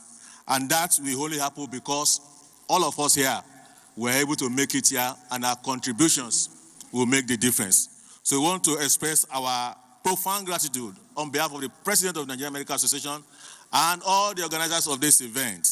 We appreciate you all, and we are looking forward to continue in this progressive work to get the Nigerian health system in the place where it ought to be. We are the giant of Africa, and giants in Nigeria are here present. We appreciate your efforts, your contributions, and I want to pray that the Almighty who had brought you here safely will also take every one of us back to our various destinations safely. Distinguished ladies and gentlemen, it is my pleasure to leave you in the hands of the Almighty God as we continue to struggle to improve the health sector. Thank you. God bless.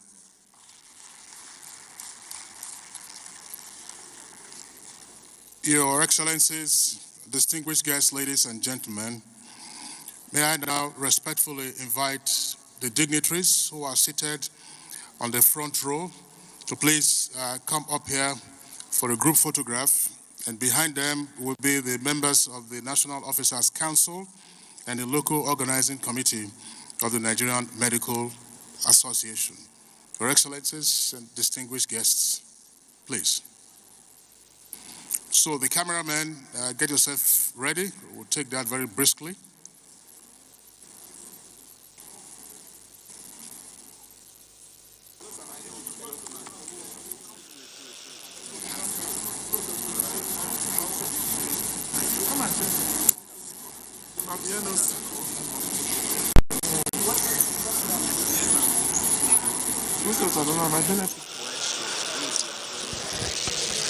You've been watching the live telecast of the second edition of the National Health Summit of the Nigerian Medical Association and the 25th Triennial Conference of the Commonwealth Medical Association, holding here at the International Conference Center in Abuja, the nation's capital city. You've heard it all. It's the dawn of a new era where the NMA had once again set the agenda, this time around, for patient-centered care, which it expects all tiers of government and followers as well to key into, so that Nigerians can enjoy better health care and be treated the way patients should be treated. It's on this note that I, Rabi Abdullah, on behalf of the OB crew here at the ICC, thanking you for investing your time with us as we return you to regular programming. Thank you for watching.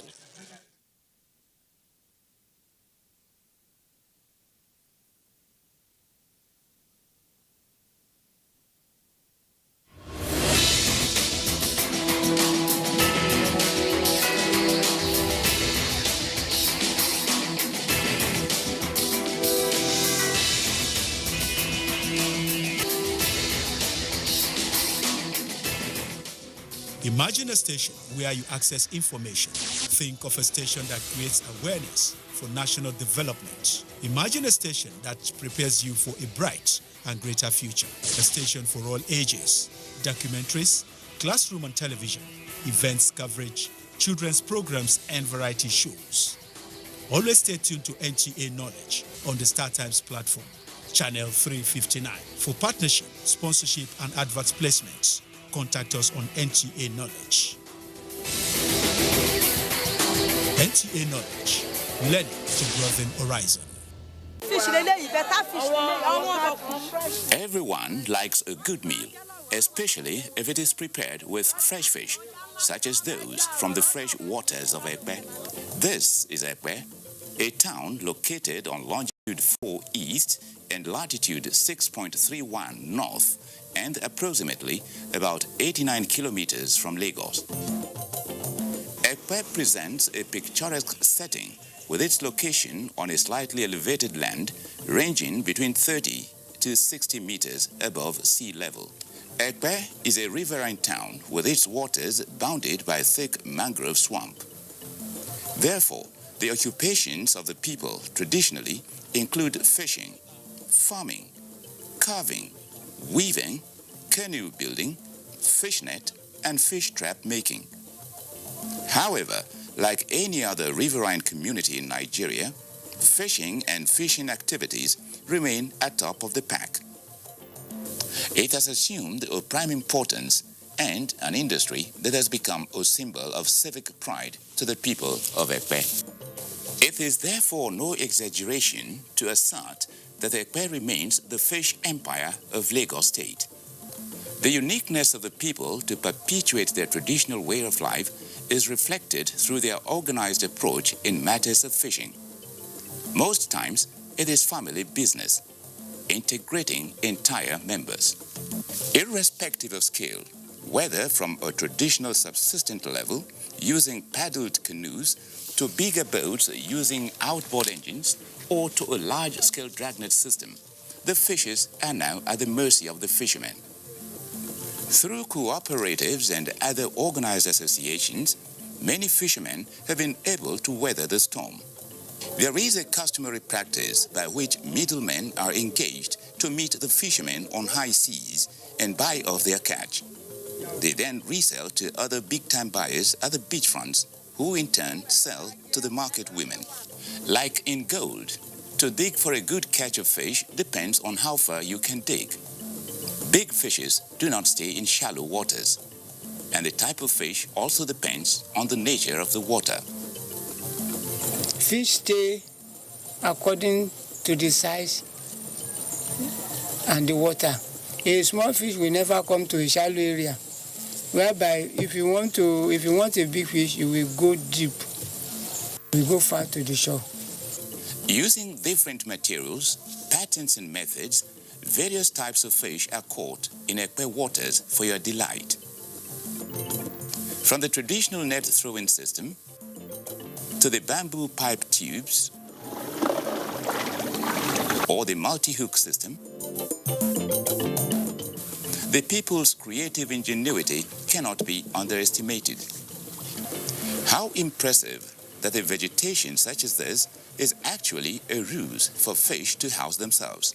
And no sooner would they be hauled into raffia-made fish traps planted strategically round the mound. At a point, however, the seeming good fortune of fishermen have to come to an end. This is the off-season, when there are less fishes in the river. In some parts of the world, when the off-season comes, most fishermen remain idle and have to wait until another fishing season commences. But this is not the case in Ekpe.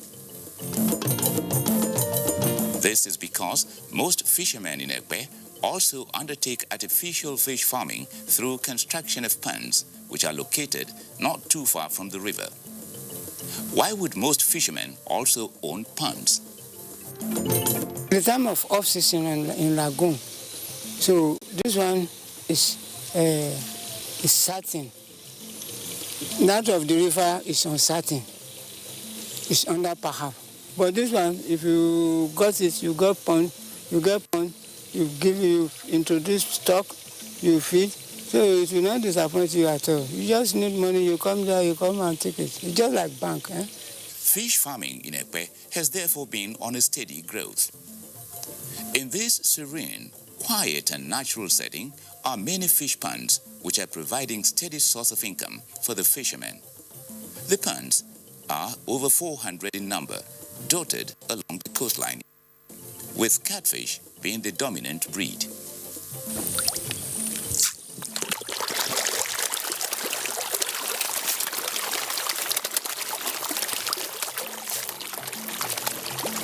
Combined with deep-sea fishing, little wonder that there are fishes at every corner in this market at Ekpe. Next time you visit Ekpe, be at liberty to walk straight to the beach area to have a feast of the rich variety of fish that Ekpe has to offer.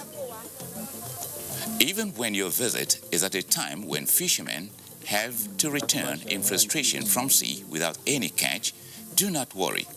There must always be enough fish to eat at Ekpe. Information is power. Everyone wants power. So feel powerful with the NTA News mobile app, the one-stop information center. Real news at your fingertip. Be the first to report by uploading first-hand information on the YouReport link, and be the first to know by simply clicking on any of the links on the sidebar for headlines, domestic and foreign news, economy, security, politics, sports, and more. Stream live on your smartphone and tablets and stay connected. It's pretty easy. Simply download NTA News app from your Google Play Store and you're good to go. NTA